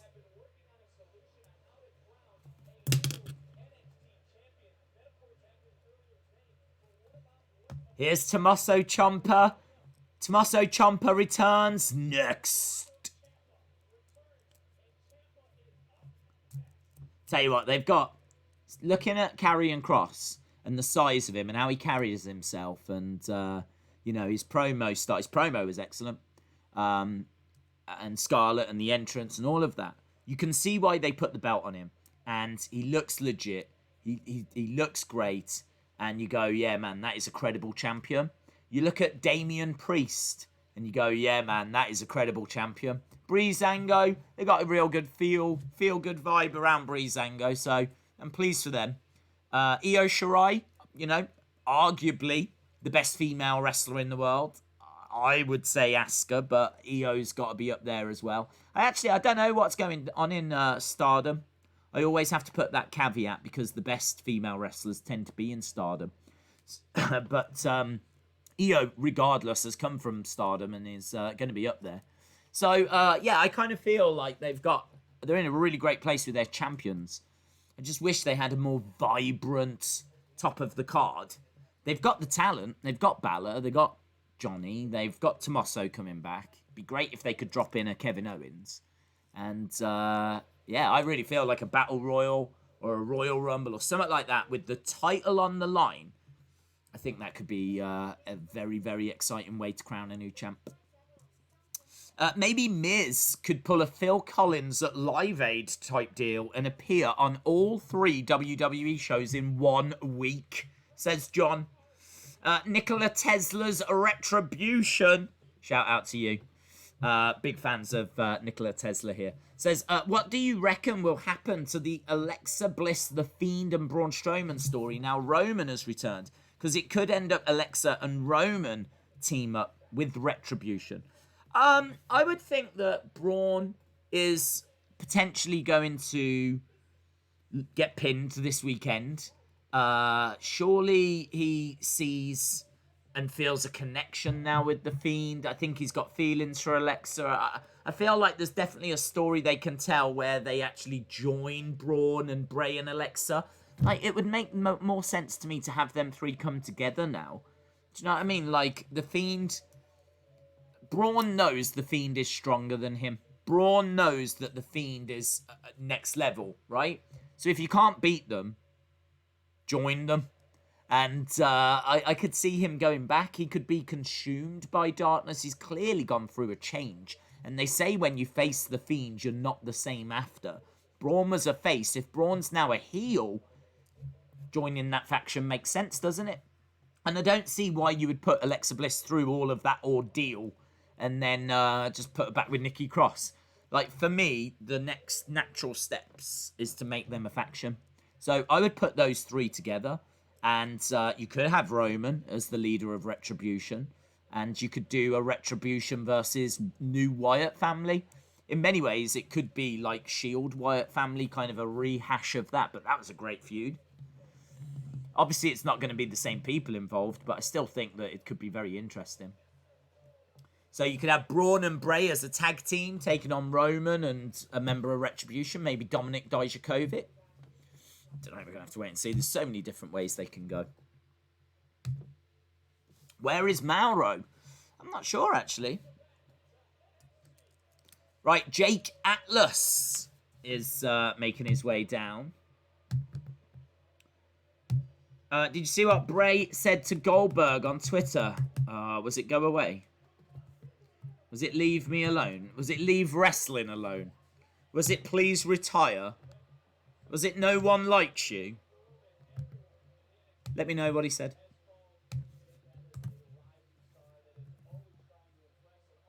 Jake Atlas, a rising star. Do you remember when Fandango beat Jericho? I do, yes. That was his wrestle. Why does he come down in this jacket? He looks like a game show host. Does anyone else think he looks like a game show host?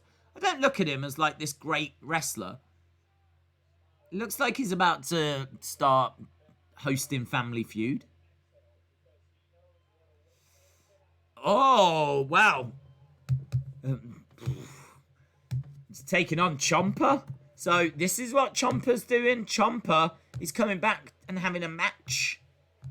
Ciampa hasn't got anything to say. Oh, he's cool, man. He's got a black hood and a mask. Just on the lower part. I mean, you know, you've got to take COVID seriously. And it's good to see that Tommaso Ciampa is coming down with a mask. I think it just covers the lower part of the face down here. And, or is it a full face mask, actually? I can't see because the hood comes down to here. Well, he takes it off. It might have been a full mask, but we never really got a chance to see it, and he's took it off.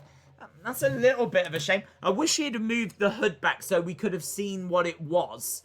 All I saw was this lower part here.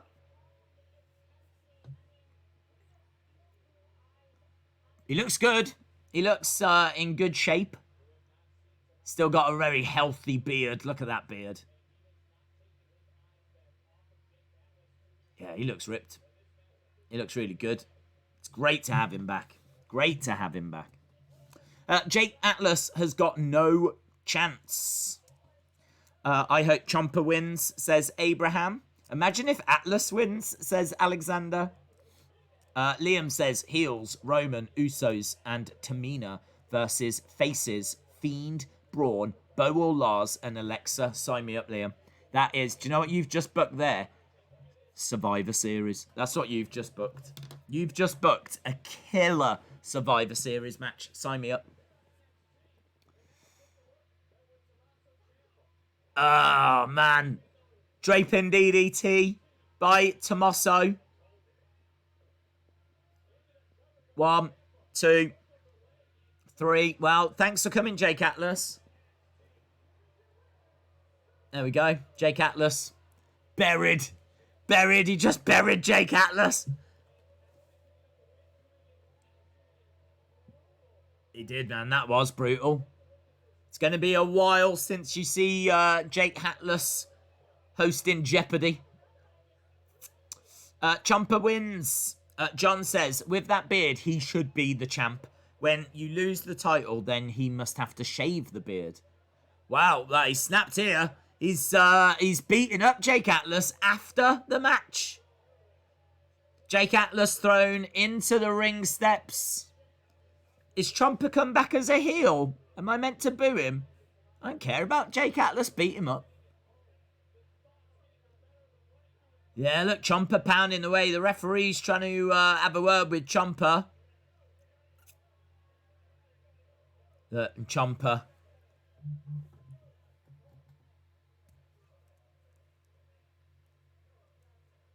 Going for a kick to the side of the head. And now he's going under the ring. What's he going for? Oh, he's looking to slingshot Atlas into the edge of the ring. The refs are like, think about it, think about it. And he's like, yeah, I'm going to do it. Do it, do it. Boom, yeah. Ciampa, Ciampa, Ciampa, Ciampa. He sits on the edge of the ring. We've got the old, they've given the old. That stretcher's quick, isn't it? Oh, yeah, don't matter if you blooming powerbomb Mercedes Martinez onto concrete. Where's the stretcher then, NXT? No stretcher last week.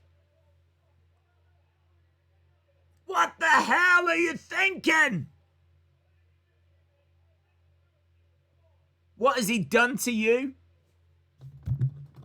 Ciampa, Ciampa, Ciampa, Ciampa.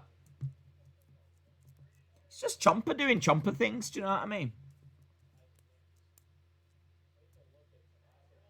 Why didn't someone stand behind Ciampa? Do you know what I mean? It's quite clear that he's going to have to go back. So if a ref had just literally put himself behind Ciampa, Ciampa couldn't have gone backwards. I blame the refs. If I was Jake Atlas and I saw that replay, I'd be like, why didn't one of you just stand behind Ciampa? It's really obvious what you needed to do. Although, thanks for not treating me like Mercedes Martinez. Yes, and now he's going. Draping DDT off the stretcher. Boom! Yeah! Ciampa! Ciampa! Ciampa! I hate that game show host. Although Jake Atlas does a really great cartwheel on the top rope into a DDT. It's a really cool move. So I will give him that. Outside of that, he deserves it. I think they're trying to make Ciampa out as a heel. I think I'm meant to care. That could be the leader of Retribution, says Shubble1. DJ B Tazzy says, I'm loving this. I'm loving it as well. Bad God is dead, says Future Compilations and Jeremy. He's got a family, damn it.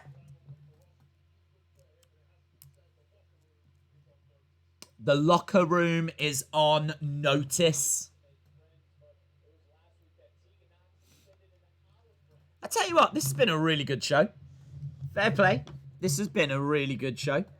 We've had a title vacated. Great tag team title match and new champions. Tommaso Ciampa comes back, looks like a badass.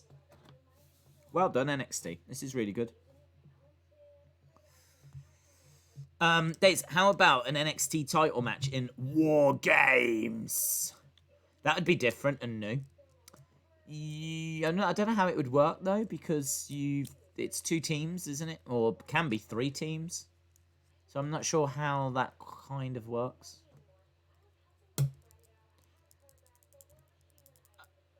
Candice says, I helped Tegan, but where was she when I needed her? Candice says, I'm going down the right path now.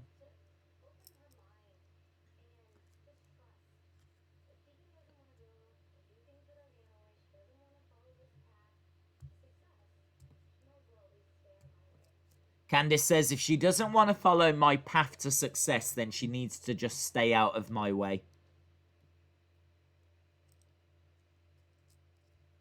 I think this has been quite good for Candice, this heel turn. Reminds me a lot of when Alexa turned heel. Alexa, when she was a face, Alexa used to come down in blue, like, kind of sparkle. She had like a sparkle kind of a gimmick, and she would kind of come down and, you know, she was very girly. And then they turned a heel, and it was really good. They put her with Blake and Murphy. It kind of feels a bit like that. It's probably because Candice looks a little bit like Alexa as well. Days for the NXT Championship. I'd do a 6-pack challenge. Ciampa versus Cole versus Balor versus Gargano versus Bronson Reed versus Loomis. And I would have Balor win, says Liam Costa. I think a lot of people are calling for Balor to get the belt. And that makes sense. We want Abyss. Oh, could you imagine Abyss in NXT? That would be cool. I mean, I don't know much about the Abyss character, but I love Joseph Park, man. Love Joseph Park, and I don't care if he's on SmackDown or if he's on NXT. But NXT could really benefit from like him. Ciampa's going to attack Mr. Bad News by the end of... Oh, man. If anything happens to Wade Barrett tonight... imagine if Wade Barrett got re-signed and he won the NXT Championship. We want Nigel McGuinness back. Yeah, definitely. I want to be blissified, says Brian Coleman. Jake says, I'm liking this NXT. It's a very good show. Wyatt said that he forgives Goldberg and people don't know the truth, but stay out of the red light.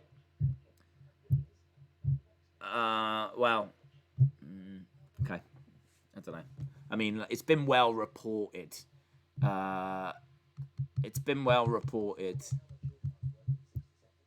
Sonny, I might just hold off for a sec.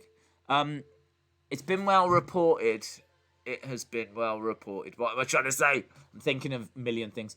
It has been well reported that Fiend was beating Goldberg, but Vince changed his mind backstage last minute because Goldberg apparently didn't want to lose to the Fiend. That's what's been reported. And now the Fiend is saying that he forgives Goldberg and that people don't know the truth. He's still trying to spin that match. He's still trying to find a way of making it make sense. And the truth is that Goldberg's just a tool. That's the truth.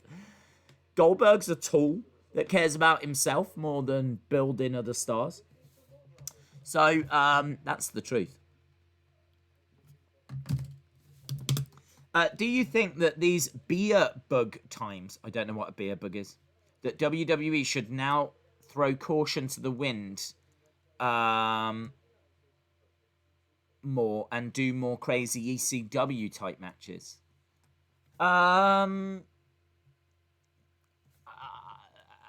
Maybe. I don't know. I think they can get away with it more on NXT, but it's still a PG, isn't it? It's on USA Network. So I don't know what they can get away with. I think someone was saying that you can get away with more on USA than you can on Fox. But it's still going to be within the realms of PG. But I do think NXT can afford to go a bit further. If you're going to see barbed wire and things like that, I feel like NXT is the brand that you should see it on more so than, say, Raw and SmackDown. But honestly, it's character development and storytelling that makes the biggest difference. Here's Bronson Reed. Bronson Reed says, I've beaten Damian Priest. Austin Theory's here? Austin Theory?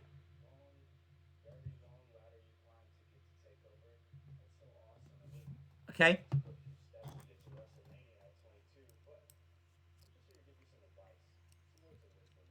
I didn't expect Austin Theory.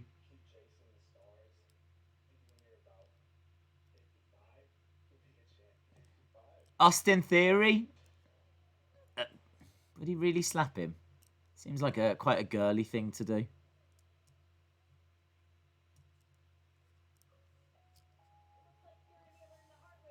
Don't know. Not sure about that. Love this music. Love this music. Doo-doo. Mia Yim. This has got to be some of the best NXT. I hope they never change Mia Yim's music. If they change Mia Yim's music, I can see her getting called up sooner rather than later. Now that Keith Lee's gone up. Theory is no longer under the spell of the Messiah. Well, I don't know what's gone on there because he was in a bit of bother, wasn't he? And it looked like he had been released or was on the verge of getting released, and now he's popped up in NXT.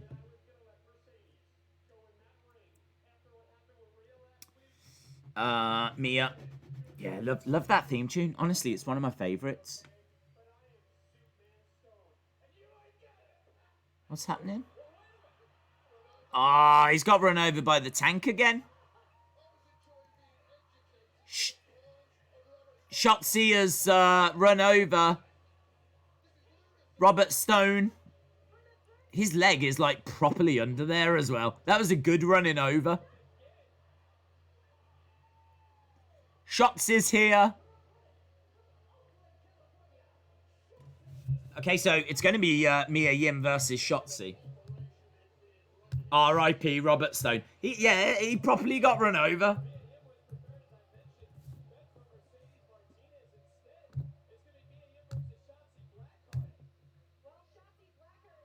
I wish the tank was a bit bigger, though. That's the only thing. To get run over by, like, a kid's tank. It is a kid's tank. When I look at it, I do think of, like, Toys R Us. You know, in Toys R Us, when they had the rows of bikes and then they'd have the electrical vehicles underneath. He is a grown man that keeps getting run over by one of those kids' toys. Do you know what I mean? Granted, it doesn't have to be a real tank, because maybe that's a bit too far, but just if it was a bit bigger. Mia Yim versus Mercedes Martinez. Well, that's not what we've got. We've got Mia Yim against Shotzi Blackheart. Two decent names in the women's division, just bubbling underneath the title scene.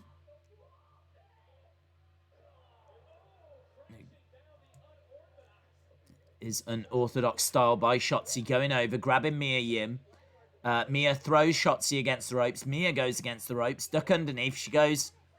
Head scissor takedown. Lovely.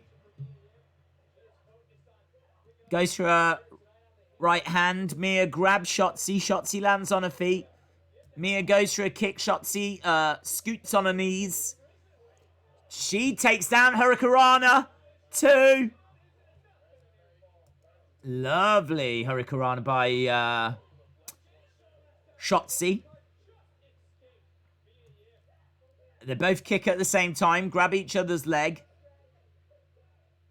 They're telling each other to let go. They do let go. Respect, there we go. Fist bump. Nice punch in the throat. Shotzi, for whatever reason, decided to start doing a howling like a wolf thing. And Mia Yim's like, boom, right in the throat. Into the corner goes Shotzi. Mia runs over. Oh, nice.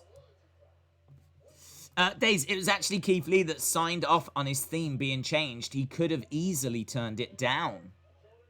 Well, he's definitely seen the backlash. So, well, he said that he'll deal with it. He'll sort it. So, yeah, he hopefully changes it again.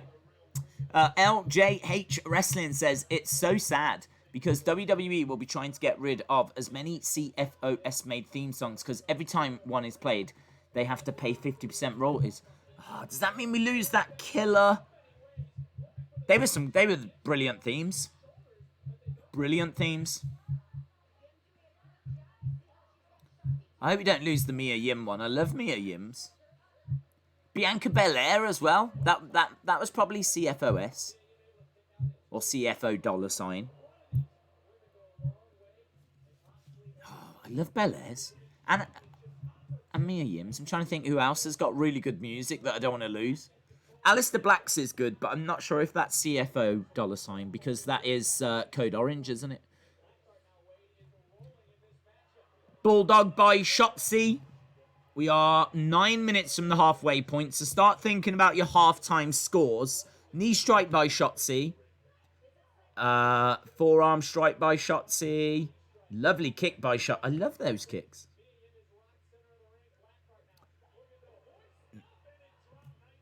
Nice suplex. 1, 2. Kick out by Mia Yim. It's quite a competitive match. What about Undisputed Era? What about them? Oh, is that CFO $? Oh, didn't even think about that. No, we can't lose that. Dun dun dun dun dun dun. Oh, we can't lose that. They got to pay the money. Why don't they just buy the song? I don't even know how much the song would cost, but just buy the song. Just be like, how much is it going to cost us for the song? Rather than keep paying you 50% royalties, let's just buy the song. Can't they just buy it off iTunes? Does it work that way? Can't they pay $1.99? Just buy it. Oh, big senton from the top by Shotzi. 1, 2. Shotzi beats Mia Yim. I didn't expect that. Shotzi with a woo woo woo woo.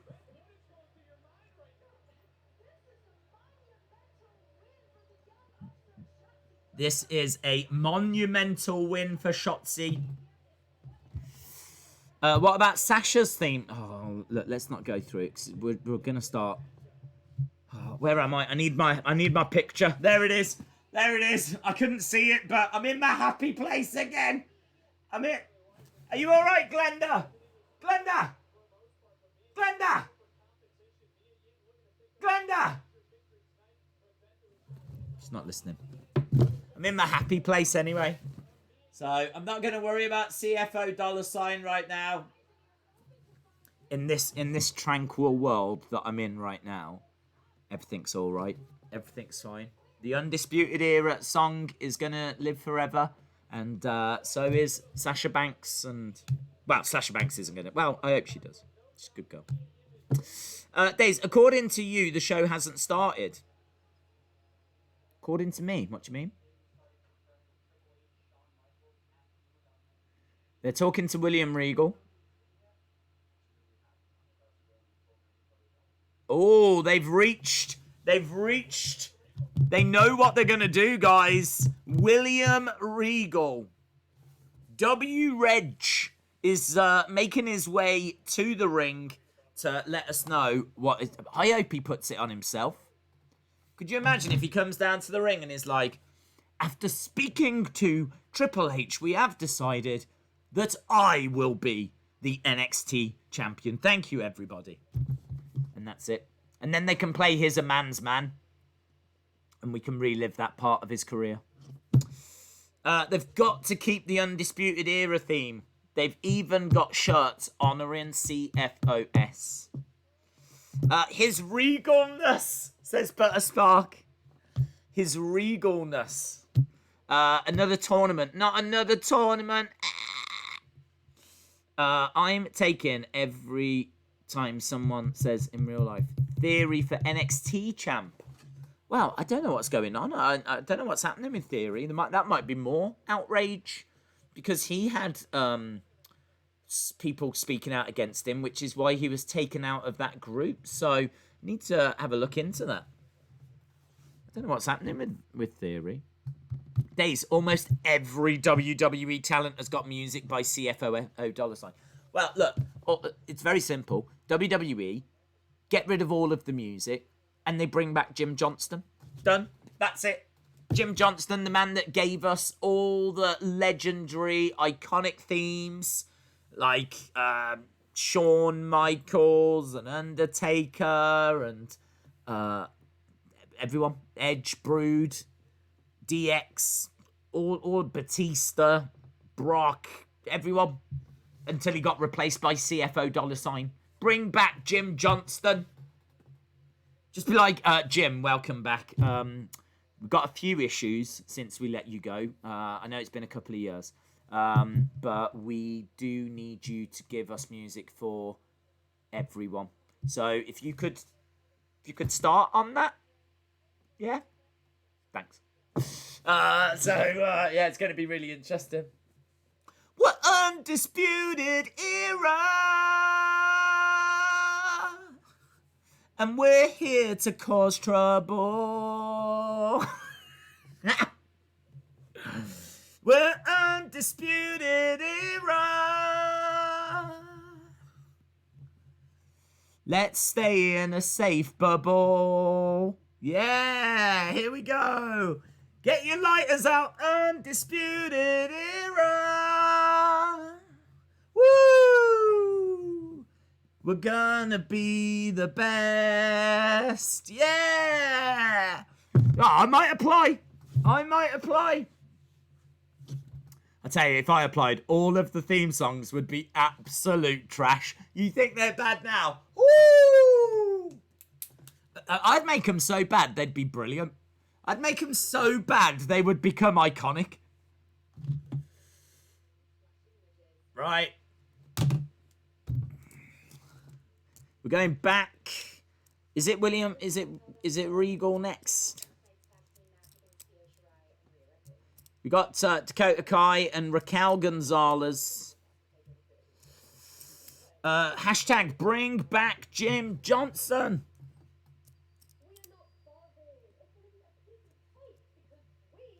We are not bothered.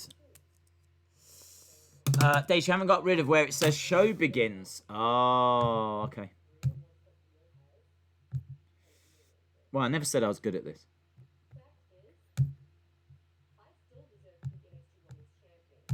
Dakota Kai says she still deserves to be NXT champ. Rhea, you messed up getting in my face, says Raquel Gonzalez. Tag team clash coming. Here is, so the belt's now on a plinth. That's good. And here's old William Regal. Last Saturday. I love William Regal.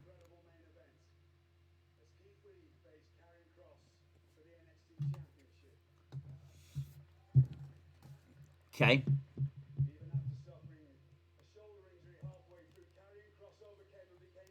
He looks healthy as well. He looks well.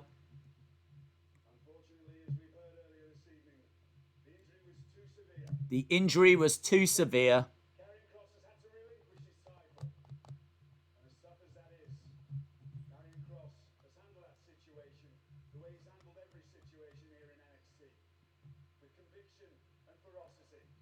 Okay. My duty. Long recovery, according to William Regal. On his best wishes on his long recovery. Hi, Lobo Whitey. An incredible solution. Next week. Tuesday. 4 of the greatest. All former NXT champs. Fatal 4-way. 4 men. Yeah. Bo Dallas. Who else? Bobby Roode. Bo Dallas. Bobby Roode. Who else can we put in there?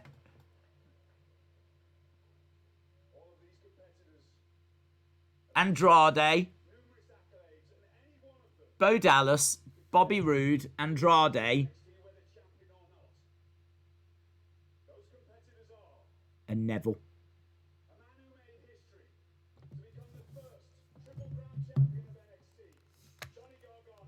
Johnny Gargano is in the match.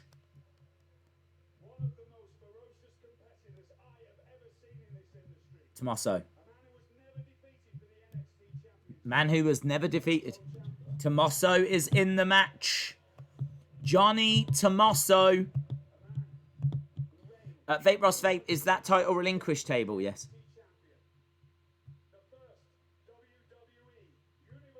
Finn Balor. Finn Balor. Finn Balor. It's like folklore. Finn Balor. Adam Cole. Adam Cole. What a match. Look at that match. Super Tuesday.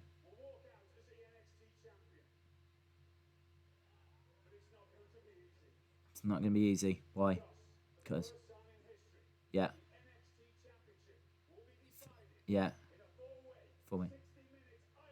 Whoa! 60-minute Iron Man match. Yes. A 60-minute Iron Man match. Gargano, Balor, Ciampa, Cole. Oh, that's the good stuff, innit? That's the top shelf. That's the kind of stuff that when the kids have gone to bed, do you know what I mean? When the kids have gone to bed and the adults are feeling a little bit, you know, you reach for the good stuff. That's the good stuff. That's the special sauce. That is the vintage Chardonnay. That is, I'm telling you, an Iron Man match. You never see them on TV because, you know, why would you give so much time to one match? So rarely do you get Iron Man matches. But with 4 such competitors, the stories that can be told, the rivalries within that match, you know, Gargano, Cole, Gargano, Ciampa, Finn Balor, and Cole, and like all the different, like, oh God, that is going to be so good. That is going to be so good. Why is it on Tuesday? Why is it on Tuesday? Super Tuesday? Man, hang on. That means tomorrow we got AEW. Friday we got SmackDown. Saturday we got UFC. Sunday we got Payback. Monday we got Raw. Tuesday we got Super Tuesday NXT. That's the next 6 days of my life. Oh well. I'm not complaining. That's amazing. Barrett is coming back next week. I guessed it before he said Gargano. That is huge, says Robin813. Wade Barrett back next week. That's cool. That's great. Should be back next week.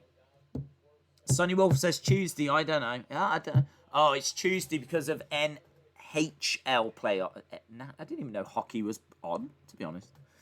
That match is going to be fire. I agree.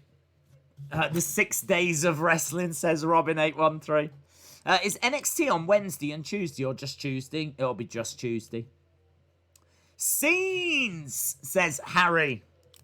It's time the prince becomes the king. Who wins? Don't know. You can make an argument for any of them, can't you? I don't know who wins. I think, judging by the chat, people want Balor to have it again. I don't think you put it back on Cole. Cole only just lost it, so I wouldn't put it back on Cole. We've had a Cole title reign. I don't feel like you need to go back that way. So I'd say Cole is the least likely. I think you'd have to put Balor as favourite. Tommaso as second favourite. Gargano as third favourite. Cole as the underdog. So I'll say Balor goes in as favourite. I might open my own bookie shop. Right, anyway, I'm ignoring this match. And as soon as you go to commercial break, I will get your halftime scores. And we might be quite close to that. I say a Swerve. Let's just put Swerve versus Escobar.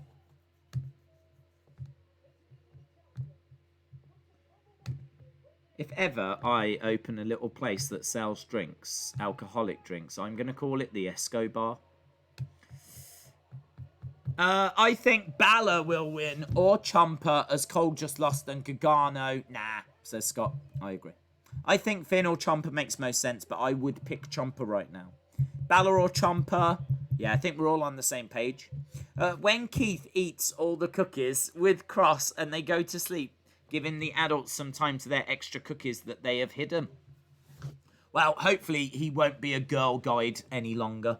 Hopefully he's going to slip out of the skirt and into something a little bit more male wrestler orientated. I think this is going to be match of the night, says Jake. Tyler 2 belts. Okay, Isaiah. Nice takedown. Escobar out the ring and against the railings. The railings flop over. Goldie. Daddy's coming home, says Rhea Ripley's boyfriend. Yeah, that'd be cool. Ciampa deserves it. And as Regal just said, he's never been beaten for it, so he's had to relinquish it in the past.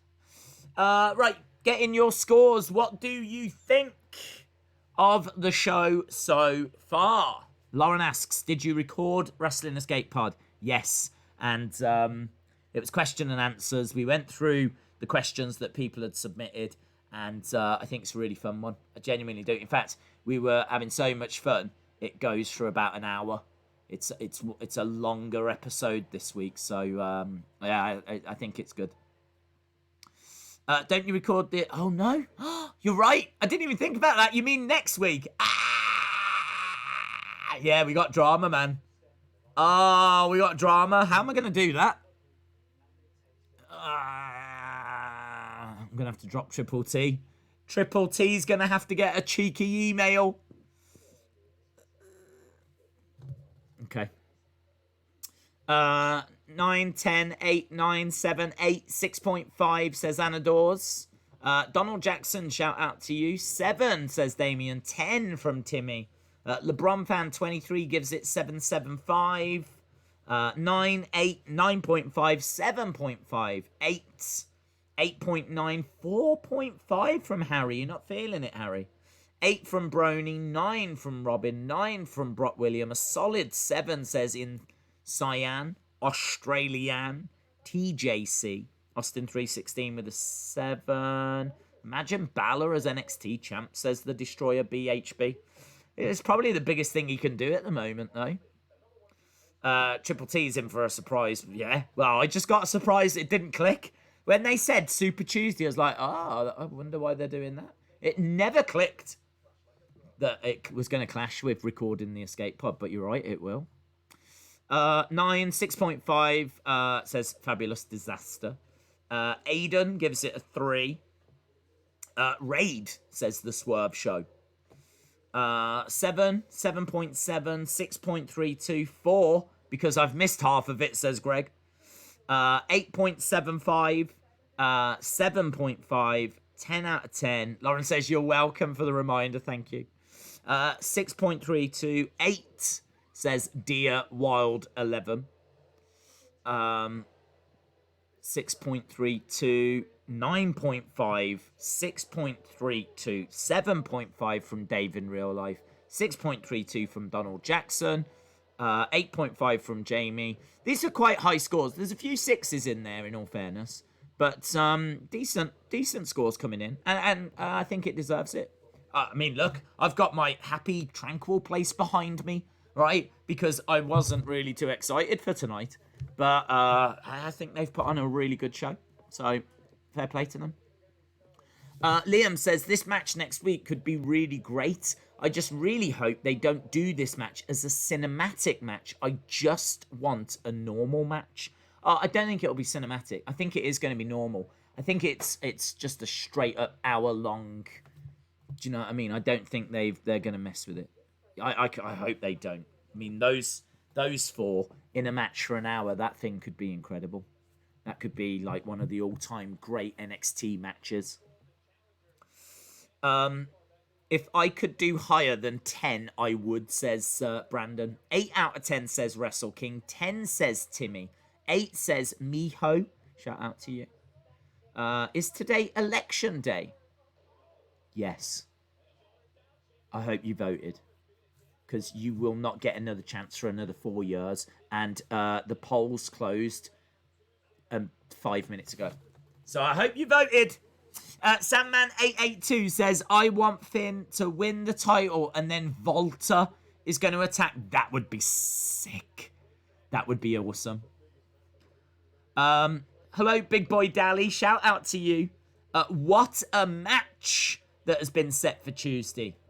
Indeed. 6.5 from James Knight. 7 from Tyler. Well, we are back. We've got, what have we got? 49 minutes left. And everything's gravy so far. My score, I mean, I never give a half-time score, but I'd probably be around about an 8-5. Something like that. I'm really high on it. I kind of feel like the Shotzi Mia Yim match was all right. It was all right. And just, I'm not sure if Karrion would have relinquished the title that way. It's just a couple of little things. But honestly, really good show. The tag match has been really solid, and this match is good as well. The Swerve show, this is 10 out of 10. Unbelievable. Swerve show says, I'm moist. Well, you probably want to get your room checked for damp, because it sounds like you've got a damp situation. Kick to the head by Isaiah Swerve, who takes down Escobar and tries to get an arm bar, but not able to, and out the ring goes Escobar. What's his first name? Is it Santos or Santo or Santa? Is it Santa? Is that Santa? That's what Santa looks like the rest of the year round. And then as he gets closer to Christmas, he gets a bit fatter. I mean, in fairness, we all do. Puts a bit of timber on, and the old beard starts to grow, and he goes white. Santa Escobar. He's got Isaiah up, slams him down on the steps. Who won the tag titles? It was Breezango. Adam Cole, baby! Damn. It's good. Good action. The Fatal 4-Way could be match of the year. Yes. Could. In the ring goes Isaiah Swerve.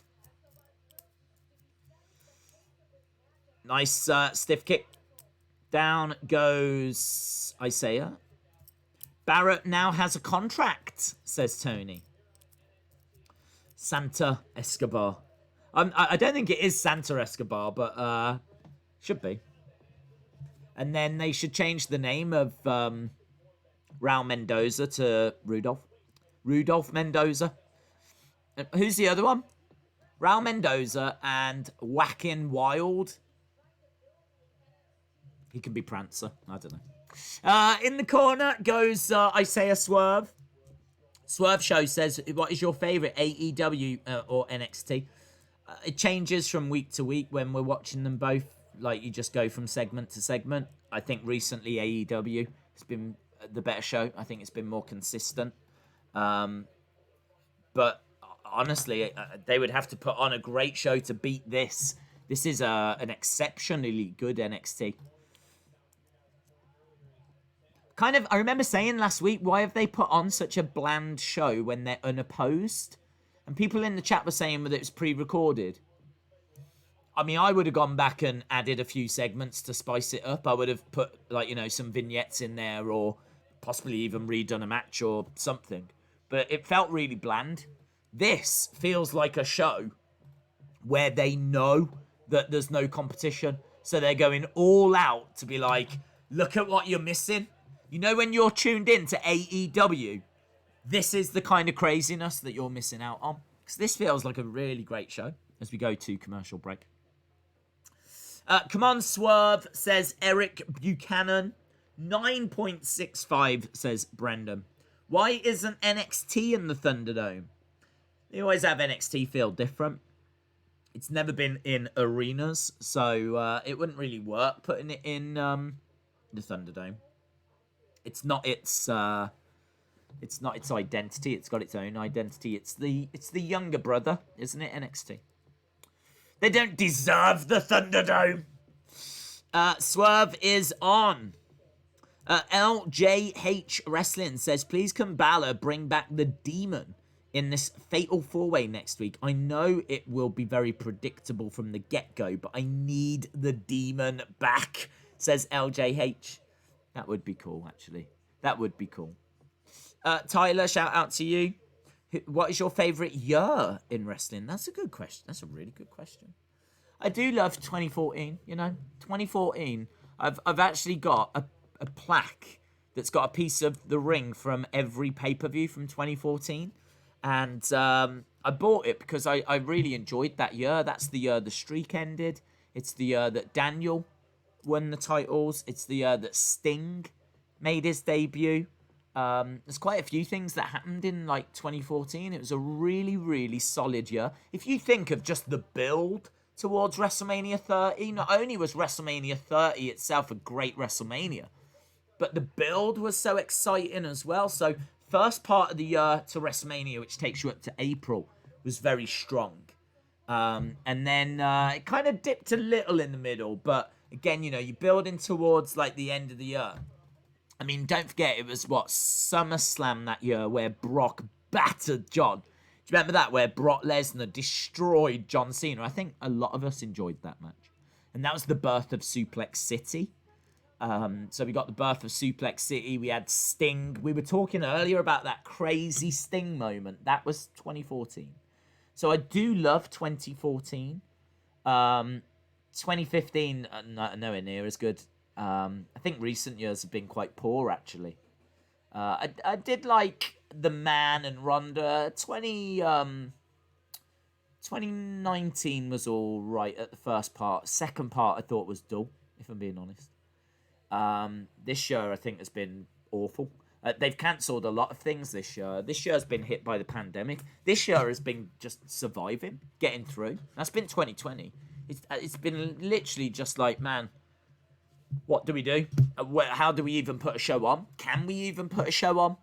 And big storylines drop, plans changing left, right, and Buffalo. So much disruption that we've just ended up getting what we've had. There's been some good moments in there, and you can talk about cinematic matches coming through, and the greatest wrestling match that was a success, and Money in the Bank, which I really enjoyed with it on the roof. There's been definitely some really good stuff, but I think all in all, you've got to look at the year and go, well, Hacker didn't lead anywhere. Retribution's sort of misfired. Outside of that, what are the eye for an eye had people going, huh? What? Monday Night Messiah? I don't think that's been a brilliant thing for Seth Rollins. Roman Reigns been away forever. Obviously, we haven't seen much of Cena. We've never seen much of Undertaker. It's just been a bit of a... It's been a weird year. Do you know what I mean? No one's going to forget 2020. But I mean, like the smolder years that I do love. I got a soft spot for 93 because that was the first full year that I watched wrestling. A lot of people would say 97, maybe 98 being the best year. 97 gets a lot of love, and rightfully so. I'd have 97 up there, definitely. Montreal screw job. 2016 was good. 2019, Beast slaying and Kofi slaying. What about 2016? Seth also betrayed the Shield in 2014. That's true. Jake says 2014, 2019, 2011, and 2000. I'm surprised there's not more people saying 97. 97 normally gets a lot of love. Isaiah Swerve comes crashing down on Santa. Santa Claus. Santa Claus is down. Isaiah Swerve rolling in the ring. Bang. 2. Is it just me, or is Isaiah Swerve Scott and his look and his green attire and all of this? It's just not as cool as Killshot? Do you know what I mean? Killshot's a cool name. It's the same as Ricochet. Ricochet is just not as cool as Prince Puma. They should definitely look to try and hire someone from Lucha Underground. Prancer and Rudolph have come out. Here's Breezango, the new tag champs. Yeah, they're dealing with Legado del Fantasma. Escobar in one corner. Isaiah Swerve in the other. Someone in the crowd is wearing a Dream t-shirt. 1, 2. Knee by Isaiah Swerve. Escobar goes down. Escobar charging over. Gets planted down. Isaiah Swerve flips him over. Gut wrench. Suplex. Bridges. 2. Almost got a 3 there, Swerve. Who remembers James Ellsworth? I remember James Ellsworth. 2017 was mine. It was the birth of my favourite group, the Riot Squad, says Brian Coleman. Ciampa looked like he should be hanging out with the evil robot version of Santa from Futurama, says John Costello. Swerve charging over, kick to the back of the head. Escobar goes back down. Swerve, 2. Kick out by Escobar. It's a very good match. Swerve goes over, picks up Escobar. Escobar lands on his feet, pushes Swerve to the corner, goes on his shoulders. Picks him up. Oh, plants him down. Scott, he's right by the ropes. He'll put his foot on the rope. Hand on the rope. Hand on the rope. Escobar survives. Oh, he's grabbed a mask.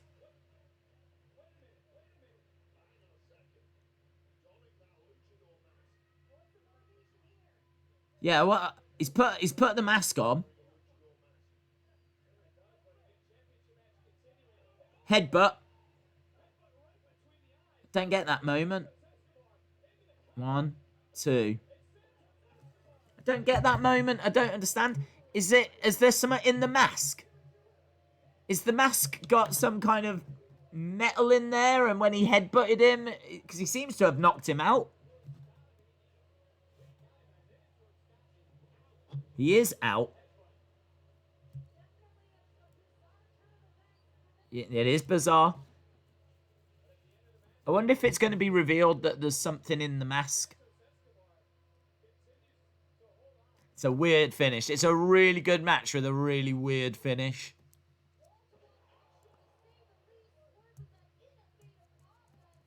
I think I would rather know that...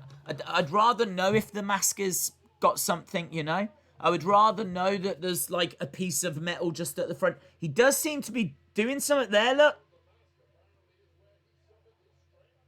He does something like this at the front of the mask. Boom. There's something in that mask. Something in the mask. Loaded mask. Days, could you imagine if they brought back the Monday Night Wars?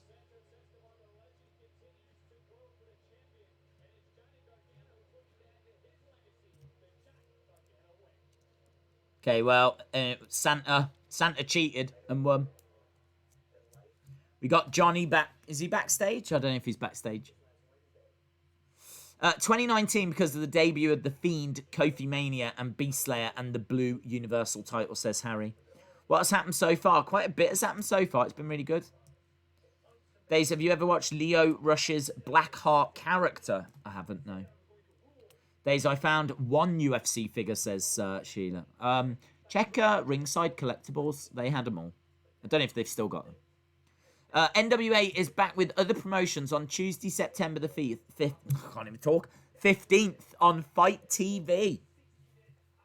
Well, there's a good chance that we'll check that out and see what's happening, who they've got, and what's going down. I don't know how much it is, but it's going to be worth a watch, isn't it? I've heard a lot of people like complaining that it's behind a paywall now, and I can understand that, but they didn't have a TV deal, and I don't think that the YouTube thing was profitable for them. Kyle O'Reilly against Drake Maverick. All right. Nothing in the mask. I think there will be. How are the Cherubs? Well, we'll find out on September 15th.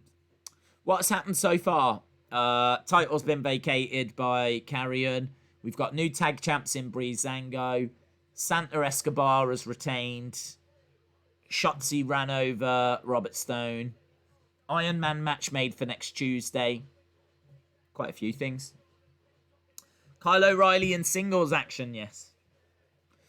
How is Barrett going on commentary? I always have to have it turned down, but I should imagine, from the bits I've heard, fine. And I should imagine he's going to be absolutely fine because I've heard his commentary on the NWA. That's where he's been. He's been in the NWA doing commentary, and his commentary is excellent. So, yeah, he is a natural.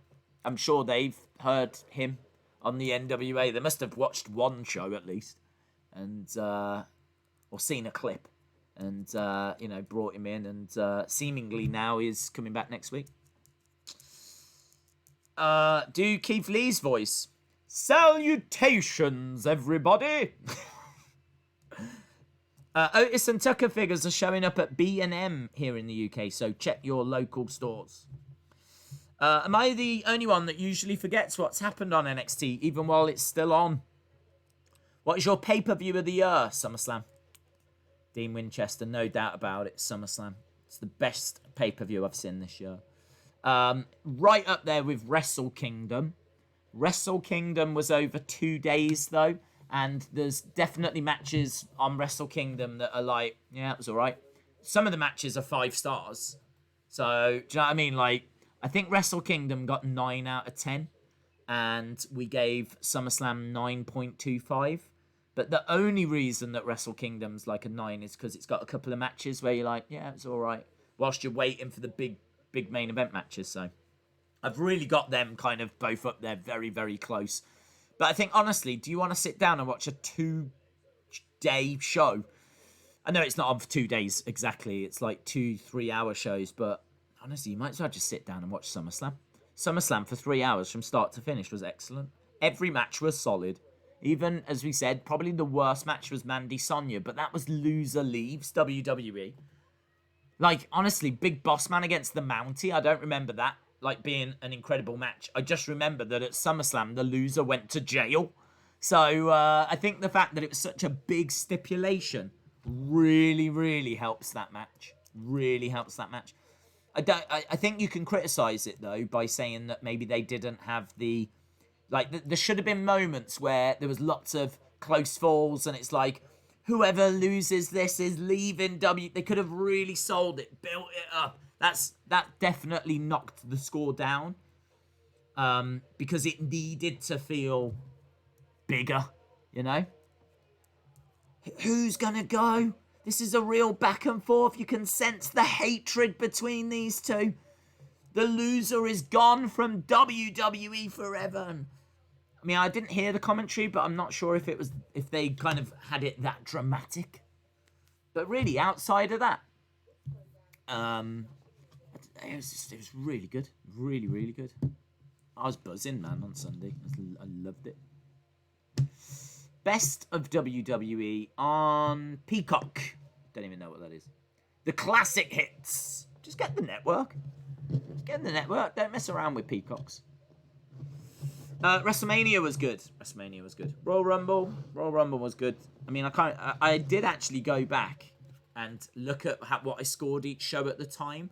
And I know for a fact that SummerSlam got 9.25 out of 10. Wrestle Kingdom got 9. AEW Revolution got 8.75. Those are officially the top 3 according to me. After watching them and scoring them at the time, those are the top 3. And you know what? I'm really pleased because I probably would put it in that order as well. Here's Finn Balor. Not Balor. Balor. Get it right. SummerSlam was good. Raw was really flat. It was flat. Royal Rumble for Edge's return. Yeah, but that one moment can't make it the best pay-per-view. It's a great moment, and it definitely will have influenced the score. You can say that's moment of the year, but I can't say it's the best pay-per-view just because of that moment.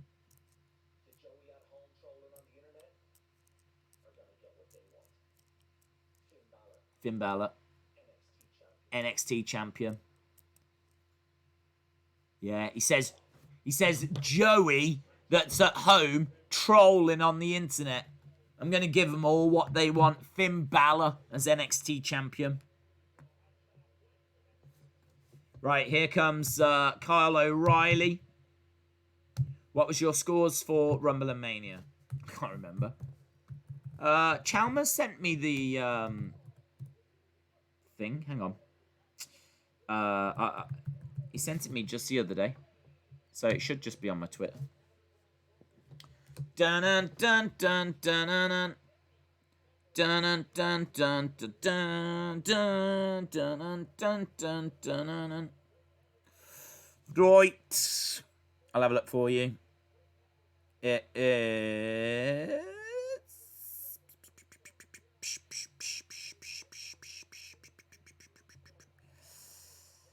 I can't find it.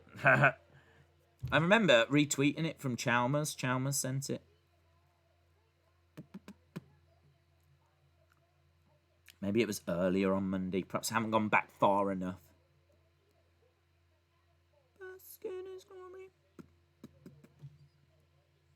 Kyle is great in singles action. Yeah, I'm never a fan of I'm never a fan of tag team people in singles action.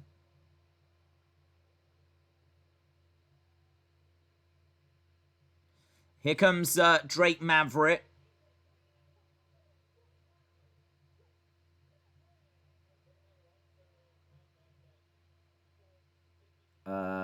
Here we go. Royal Rumble got 8 out of 10. So 8 out of 10 for Rumble. WrestleMania Day 1 got 7.25. WrestleMania Day 2 got 6.75. So, I mean, I do remember Day 2 had the Firefly Funhouse, which was like, it was kind of like, I mean, the imagery was amazing, but you couldn't really score it because it wasn't a match. So it's kind of like quite confusing. I also remember that on that day we had, was it Drew Brock? And it was just like a nothing match. In fact, it might have been Goldberg Braun, but it makes no difference because both of them were squash matches. So I think that WrestleMania this year averages out at about a 7. So I think WrestleMania is a 7 out of 10 this year. Rumble was an 8. Rumble, I think, was a better show than WrestleMania. Obviously, you know, good chunk of that because of that Edge moment. Great moment. Money in the Bank I actually preferred. I thought the undercard was really strong. And you know what? It only went for about 2 hours 20. Money in the Bank was really short this year. And Fighting on the Roof was... that I really enjoyed that cinematic match. And Asuka winning, I loved it. I know there's a few moments where you go, like, Otis winning the belt and winning the thing. But at the time, it felt different. It's only because they haven't done anything with him since you look back at it now and go... didn't really work, did it?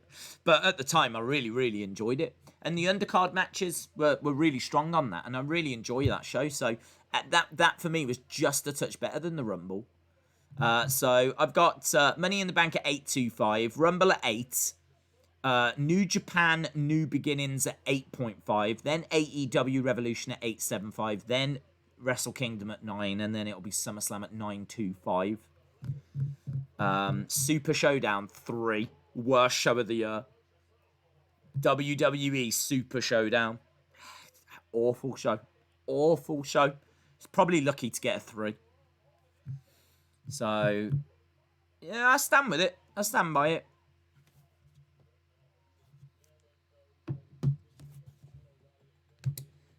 Right, Drake is down.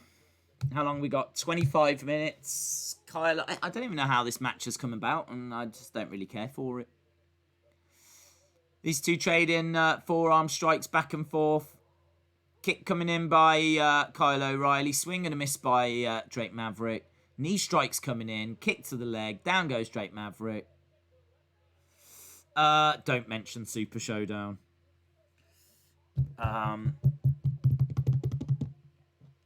Nexus.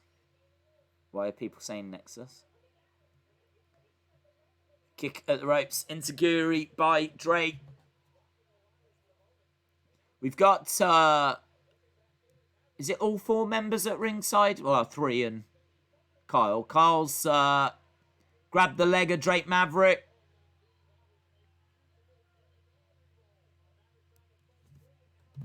He's in trouble. He's going to have to tap here, Drake.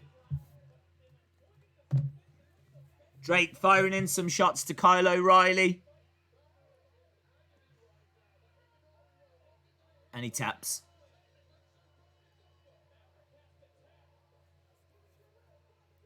He taps. No, Cole. No, I couldn't see him. Now they're kicking. Drake Maverick. Is someone going to save Drake Maverick? Jumping outside the ring. Grabbing a chair. Throws the chair into the ring. Here comes Killian Dane.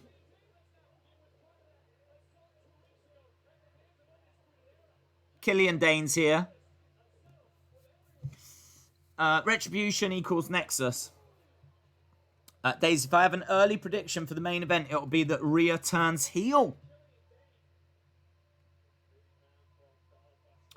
The big man from Belfast, Mr. Nikki Cross.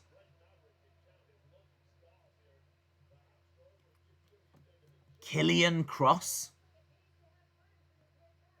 You could call him Karrion Kross because he's married to Nikki Cross. And he could then have a fight with Karrion Kross. Karrion Kross versus Karrion Kross. Winner gets Scarlett. Oh, wow. Big strike. Killian Dane knocks down Drake Maverick. Sucks being Drake Maverick. That is a man with no friends.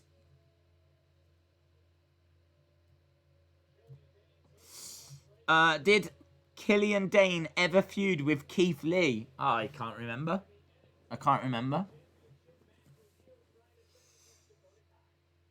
Drake is dead. Not really a fan of Drake in the ring, says Jason. I knew that submission would absolutely kill me, but Drake screaming, lol. Good thing Goldberg versus Taker wasn't in the main event at WrestleMania. Right, we have got 22 minutes. Karrion Kross could be the name of his finisher. That would be a double cross, says Dave in real life. Yeah! A double cross. They could be in a tag team. The double cross. Cross and crosser. Rhea Ripley has got black lipstick on. Breaking news.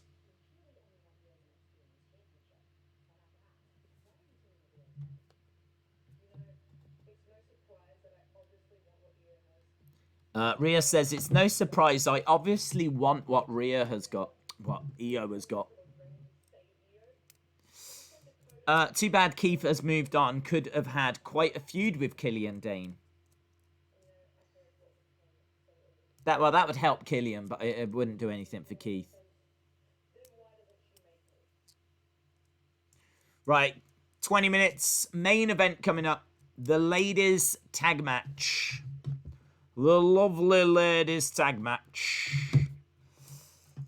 Drake is now with Jake Atlas.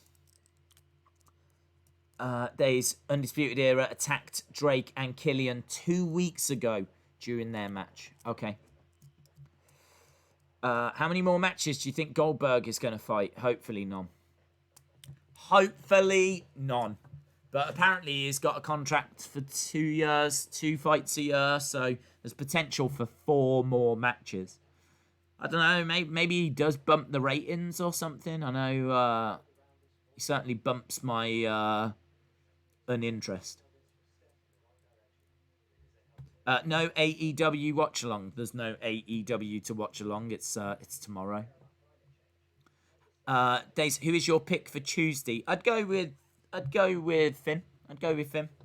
I think it makes sense. You know, they need a big star, a big name, and I think they were trying to build Karrion, but just put it onto Finn. Makes sense. Karrion Kross and Karrion Kross would be the angriest tag team in WWE. Yeah, you could have Karrion Kross, Karrion Kross, Nikki Cross, all in a Cross faction. I'm so excited for Finn versus Cole. The Cross section. That's what they'd be called. The Cross section. Oh my God, this thing is writing itself. I'm so excited for Finn versus Cole versus Ciampa versus Gargano, and it's an Iron Man match. Indeed. Scenes, says Harry. Don't say Goldberg and bumps in the same sentence. It's bad luck. There's theory Wade is the leader of Retribution. Yep, could be. What is Brock's contract? How many fights a year? I don't know that I've ever actually seen that divulged. But I know that he was originally meant to come back for SummerSlam and they delayed it because of the lack of a crowd. So originally he was coming back there. So he's definitely got some more for this year. And also, reports were that they were meant to use Alexa Bliss in the main event of SummerSlam. But they changed it during SummerSlam. During SummerSlam? Vince changed his mind during the freaking show. Not even, like, before. So that meant she was, like, there backstage already. Probably dressed as Sister Abigail, I don't know. And Vince was like, no. You're fired! Sister Abigail, you're fired! So, yeah, we didn't get her. So I don't know what they're going to do with her now. I don't think Roman is associated with Retribution, nor will he be a heel. I just don't see it happening. Kevin says, the good thing is that NXT is not on the same night as AEW. Blue and White Army says, NXT is pretty good tonight. I agree. Brian Coleman says, as their biggest fan, I really hope the Riot Squad entrance doesn't go away. Cross Section could enter the ring to a song by Red Cross. They could. They could.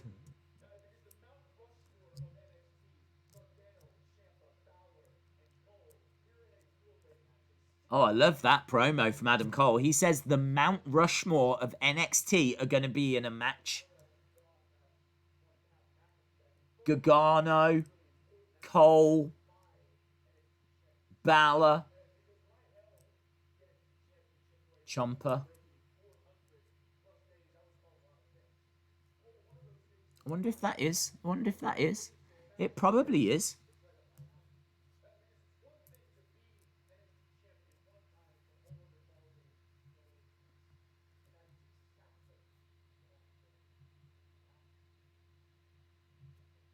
That is undisputed. So we're getting little promos from all of the people that are in that match next week. It's a 4-way 60-minute Iron Man match on Super Tuesday. Super Tuesday. I love the fact that they've had to move to Tuesday. And they've been like, how do we get people to remember that it's not Wednesday next week, it's Tuesday? How do we get them to remember? Why don't we put Super in front of it? Super Tuesday. Yes, that's genius. That is genius. That is genius. No one's going to forget. Super Tuesday. Talking of genius, here's the genius of the sky, Io Shirai. I wonder if she gets dizzy as she's coming down, like throwing herself all over the place. She does use a lot of energy just for her entrance.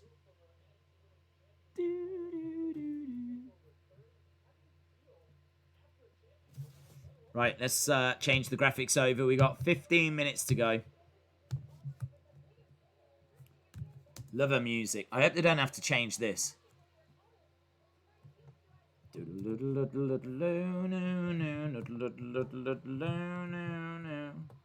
Versus Dakota and Raquel.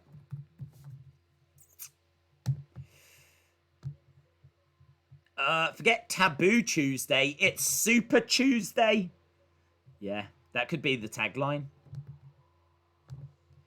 Forget Shrove Tuesday. It's Super Tuesday. Please watch NXT. There you go. WWE, if you're watching, you can have that. It makes me dizzy watching her. I was watching thinking, I wonder if she's got epilepsy. I wonder if, like, every time she comes down, those flashing lights set her off. Because I can't figure out why she does it. I don't understand what she's actually doing. It does look like she's having a fit.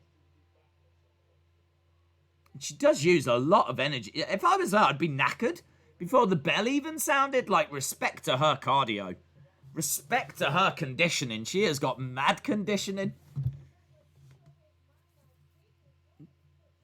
Renee Young, thank you, AEW.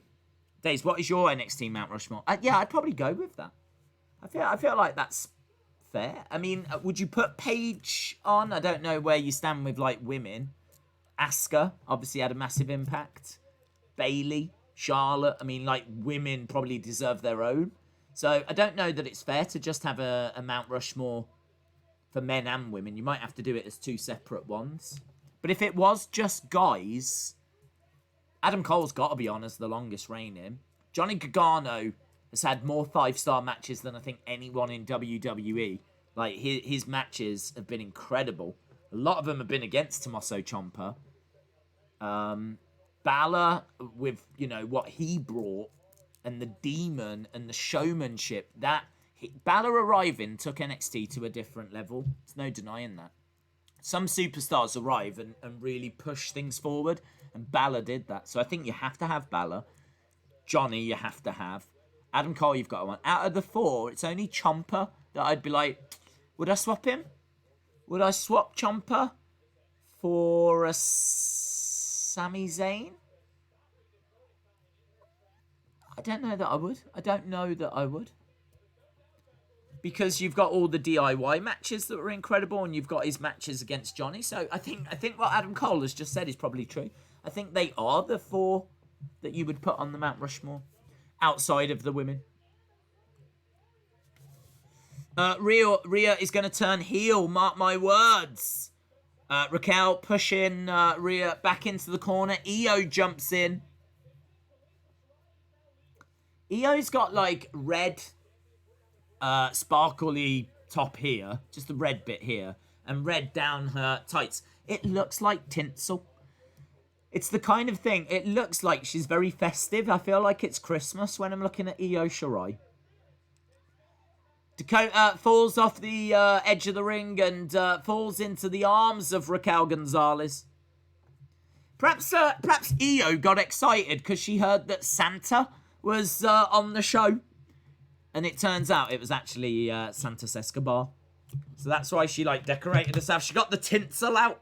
She's like, Santa's here. Gutted. Gavin E, shout out to you. Golden Wolf says Wade is going to get revenge on Vince for the bad booking. Days, I want to see Goldberg versus Ryback. Winner can't be called a rip-off of each other. Well, I don't think Goldberg ripped off Ryback. I mean, that would be incredibly hard for him to do. Ciampa for Nakamura. Not for me. Nakamura didn't have a great championship run, in my opinion. I mean, you don't look back at Nakamura's time in NXT with, like, loads of great killer matches. You'd have to say his best match was his debut at TakeOver, wouldn't you, against Sammy? That Nakamura-Sammy match, I think, is on the Mount Rushmore of best NXT matches. I feel like that's up there. That was an incredible match. I mean, maybe not now. Maybe it's been overtaken due to all of the Johnny Gargano incredible work, you know. Don't know. I think I would still put it up there. It was. You'd have to put Bayley, Sasha. I mean, there's no denying Bayley, Sasha's on that Mount Rushmore. Sammy Nakamura, Bayley versus Sasha, Adam Cole versus Johnny Gargano at the 2 out of 3 falls one. I think you'd have to put that on. And then maybe you'd have to do... I feel like you should do a tag match. Maybe a DIY revival? Something like that. I feel like there's other incredible matches that definitely should feature. I mean, like Johnny against Andrade was incredible. There's been tons. There's been loads of great matches. But like matches that are not only great, but actually make a big difference. I mean, that Sasha Bailey match, what that did for women's wrestling was incredible. I think that's for me still top because of the impact it had, you know. Killer Kross versus Wade Barrett says, welcome to Good Burgle. How about Johnny versus Ciampa, last man standing? Yep. You can make an argument for that, definitely. Ciampa for Kevin Owens. Ciampa for Rollins. Yeah, I could see Rollins first champ. First champ. I mean, I'll be honest, I haven't seen all of those early NXTs, so... I mean, I can only judge him on those takeover appearances, really. Knee strikes coming in by... Some lovely work by Rhea on Dakota. She's got Dakota up on her shoulders. Raquel is pulling Dakota to safety. Raquel grabs Rhea, duck underneath. They're working together, and Rhea Ripley goes out the ring. Days, I'd start my NXT Mount Rushmore with Wade Barrett. Without the original, there is no NXT today. I don't know. It was such a different show. I don't know that I necessarily connect them. It's a fair point. You can definitely make an argument for it. In the corner goes Rhea Ripley. Tommaso Ciampa versus Kane. What time does NXT end? NXT will finish in 7 minutes. Days, what if they book Rhea versus Io for next Tuesday? Well, they could. It's Super Tuesday. I mean, they can't book too many matches because half the show's already gone. So, they can't book too much, but I'm sure there will be something tasty. They've put the Super in front of Tuesday, so they've got to live up to it. Days, what I liked was the Street Profits retaining against Undisputed Era. And that Johnny Ciampa last man standing. Yeah, a good few people are saying that. That can definitely feature. I don't know what you would take off. I don't know if you'd take off Sami Nakamura. I don't know if we've had so many great matches since. Maybe that does start to lose its place now. I don't know, though. That was such a great match. Kick to the midsection by Raquel Gonzalez. How long we got? We got 7 minutes. I would love to see Adam Cole versus AJ Styles, says James Chadwick. Same here, man. That's a great match they could book. That would be great. Nice kick by Rhea. Rhea trying to get over to Io. Tags in Io. Io comes in. Shoulder tackle. Down goes Dakota Kai and another shoulder tackle. Christmas Io. Festive Io. Io, duck underneath. Forearm strike to Raquel Gonzalez, who's a little bit wobbly on her feet. Back elbow to Dakota. Love that. Dakota fires in a kick. Io grabs the leg, spins Dakota around. She ends up kicking Raquel Gonzalez. Double knees by Io. Io charging over, looking for a 619. 619 by Io Shirai. Missile dropkick, springboard. Goes for the pin. 2. Shoulder up by Dakota. Okay, she's got the double underhook. Nice kick by Dakota. Dakota up over the top. I don't know what she was going for there. Knee strike. What was Dakota going for? She tied her arm up and then she jumped over the top, but she ended up planting herself. I don't understand. Nice. German bridge. 2. Ah. That was a bridge over the River Kai. Ah! Bridge over the River Kai. Yeah! Well done. I'm doing a chomper. Yeah! Bridge over the River Kai. mean, that only works when she's in there with Dakota Kai.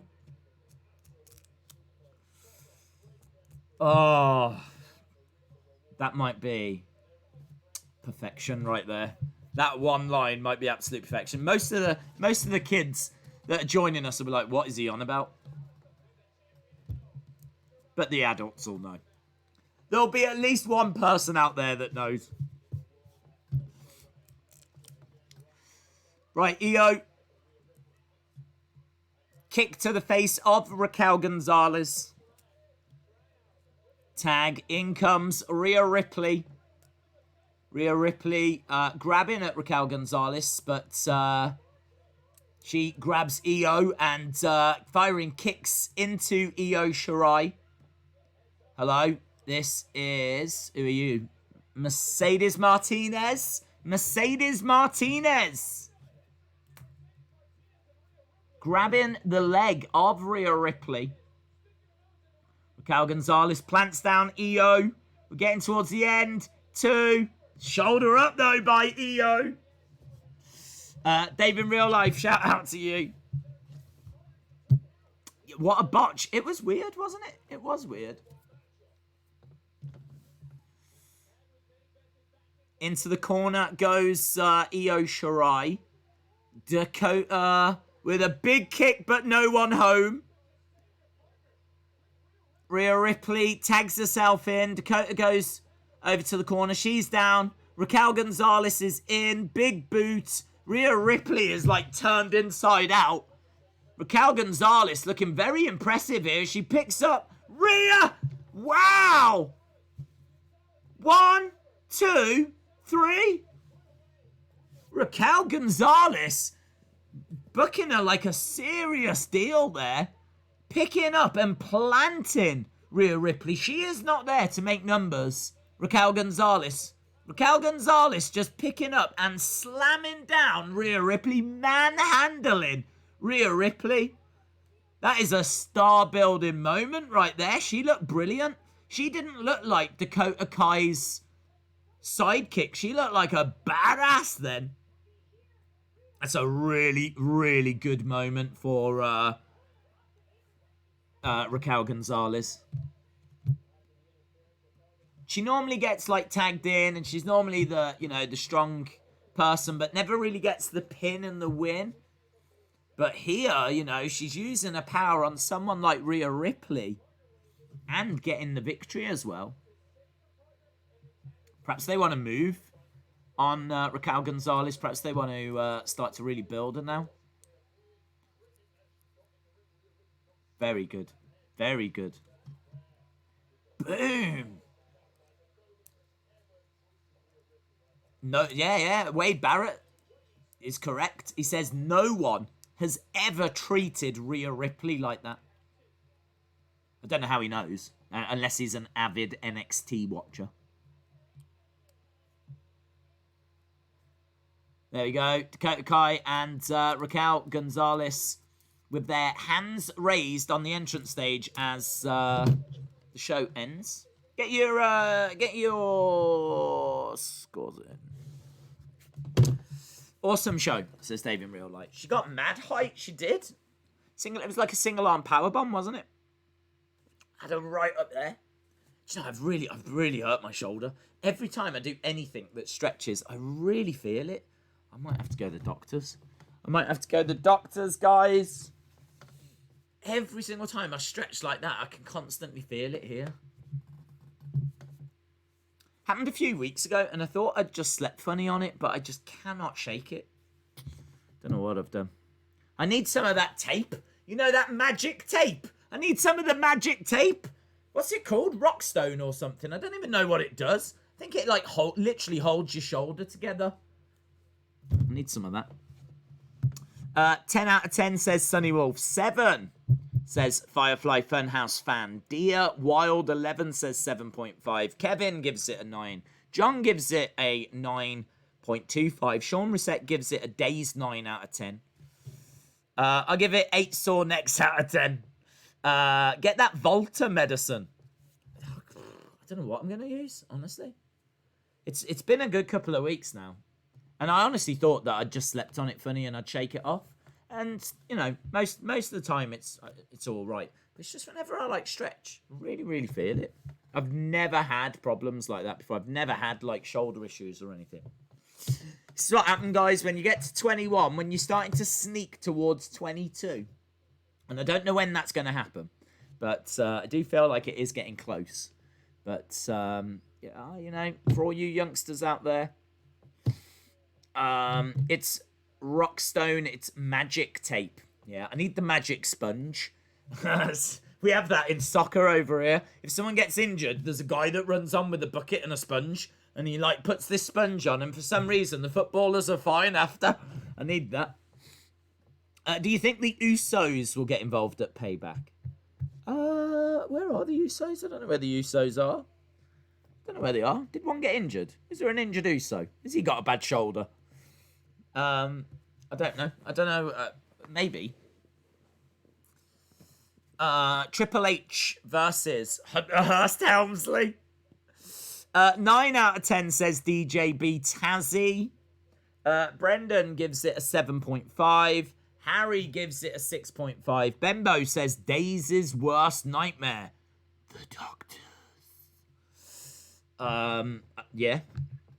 I never go to the doctors. I have no need. I mean, I never do anything strenuous enough that's going to actually ever hurt me. Do you know what I mean? I'm so fragile.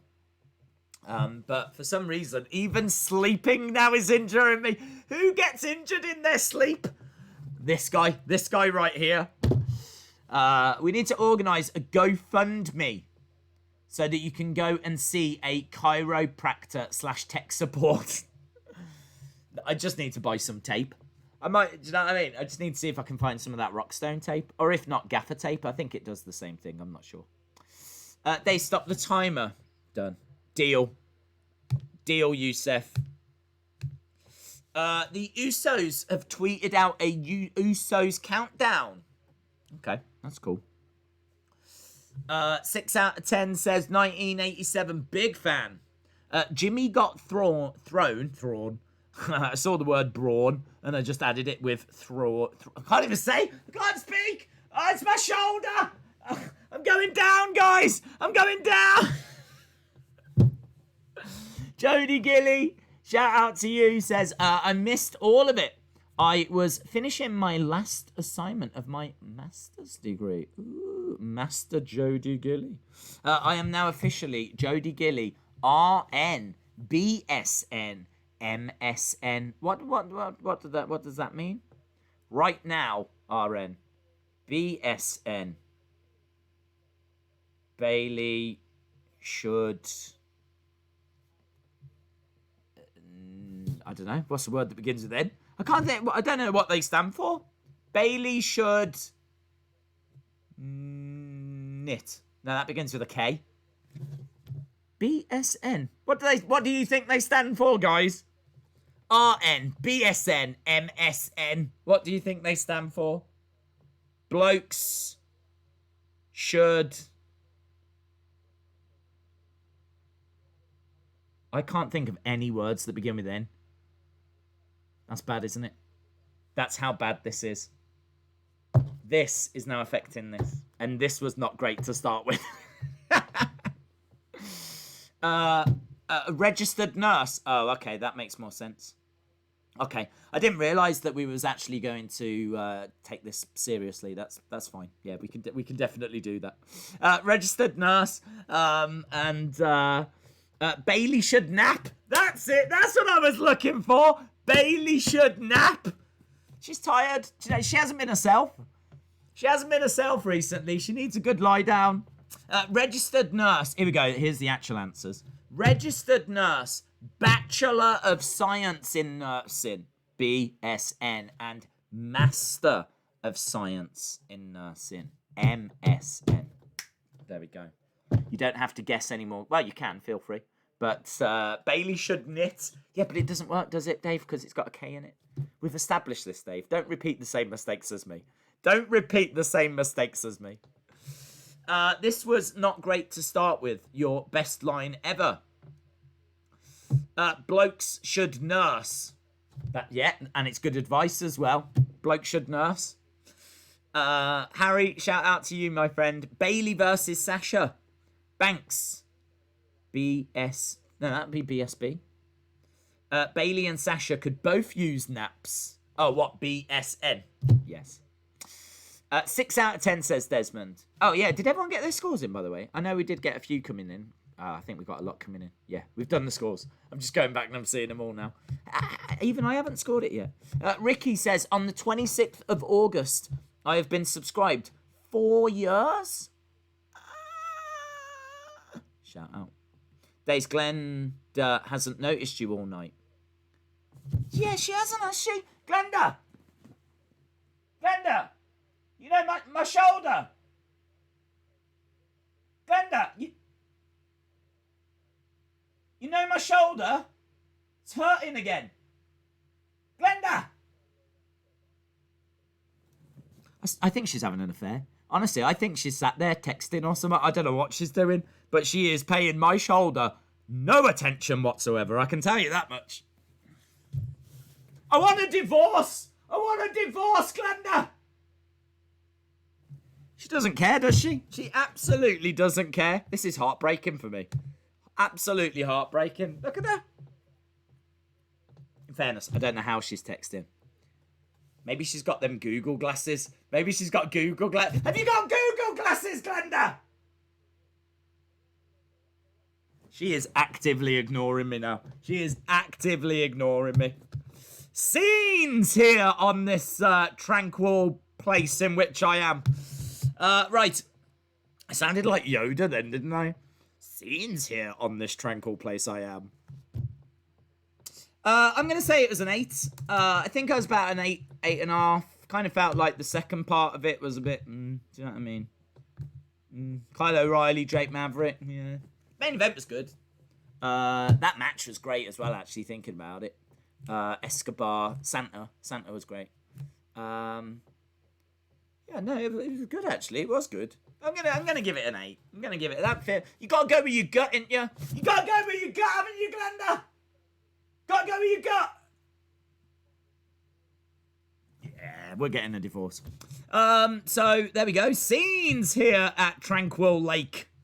That's proven to be not so tranquil. Glenda should have given Days the frozen shoulder. Oh, Liam. That's very good. That is very, very good. That is very good. Glenda, are you giving me the cold shoulder or the frozen shoulder?